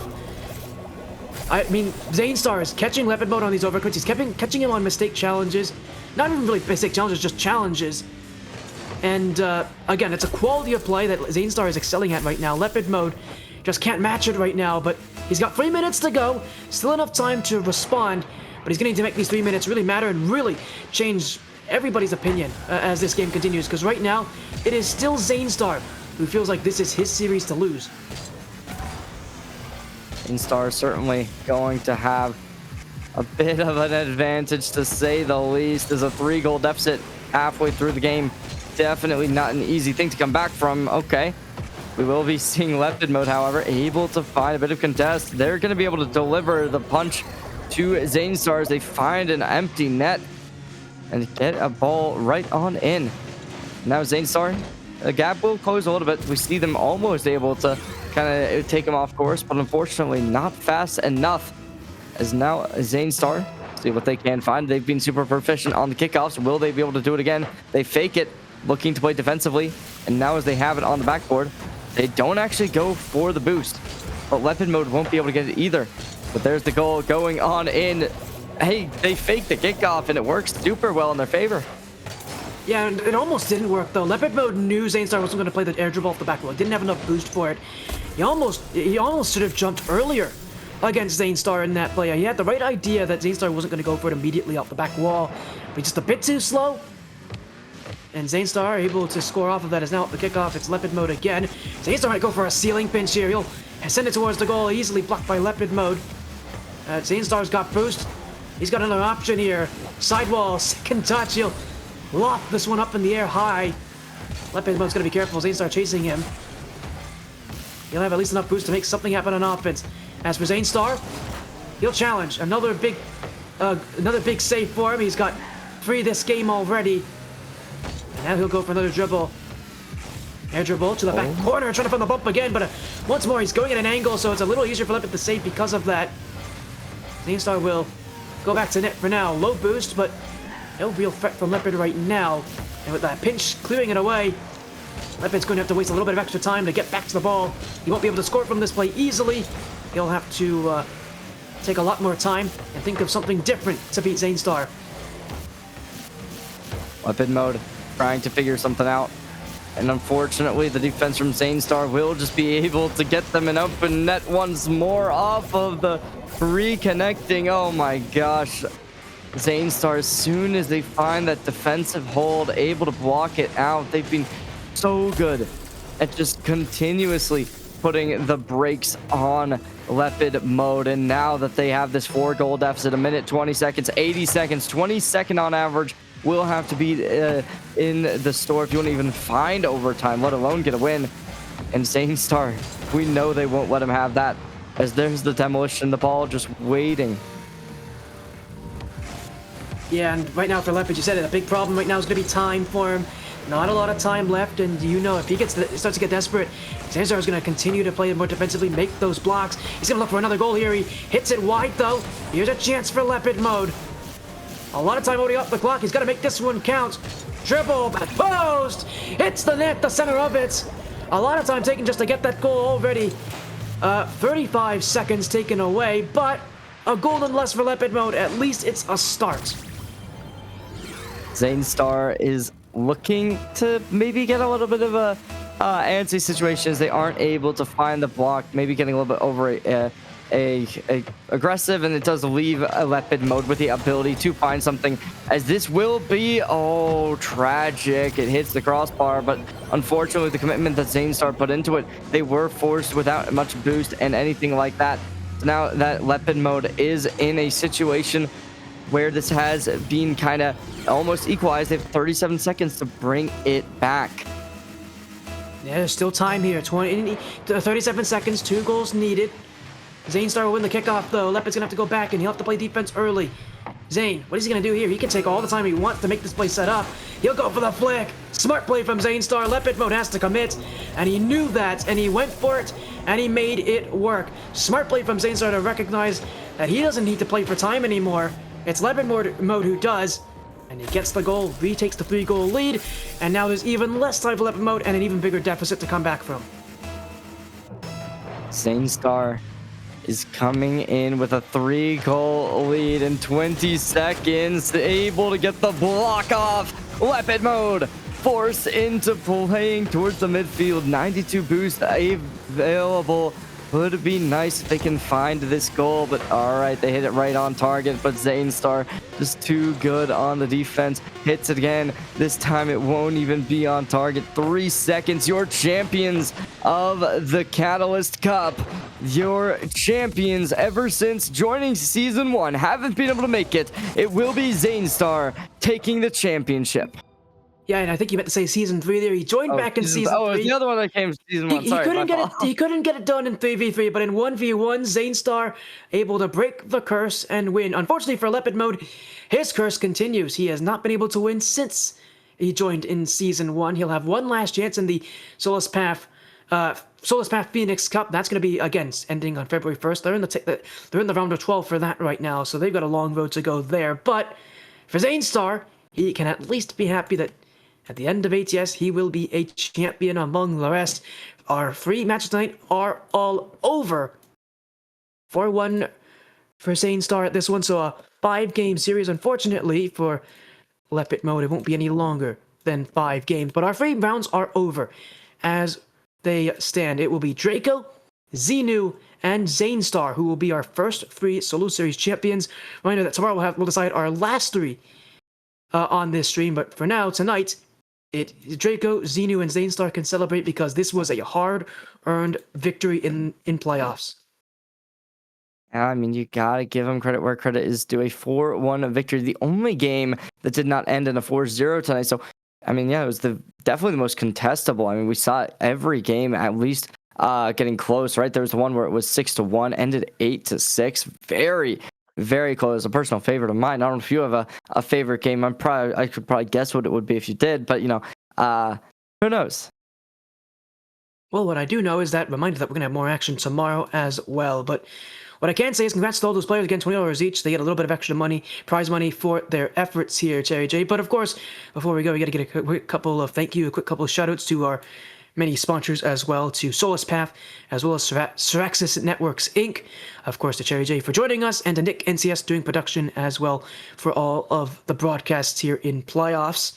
Congrats to the players who've been able to make the victory happen. Congrats to, thank you to everyone who's been showing up for these streams. Reminder, we'll be live again tomorrow at 8 p.m. Eastern Time for the Phoenix Cup Championship.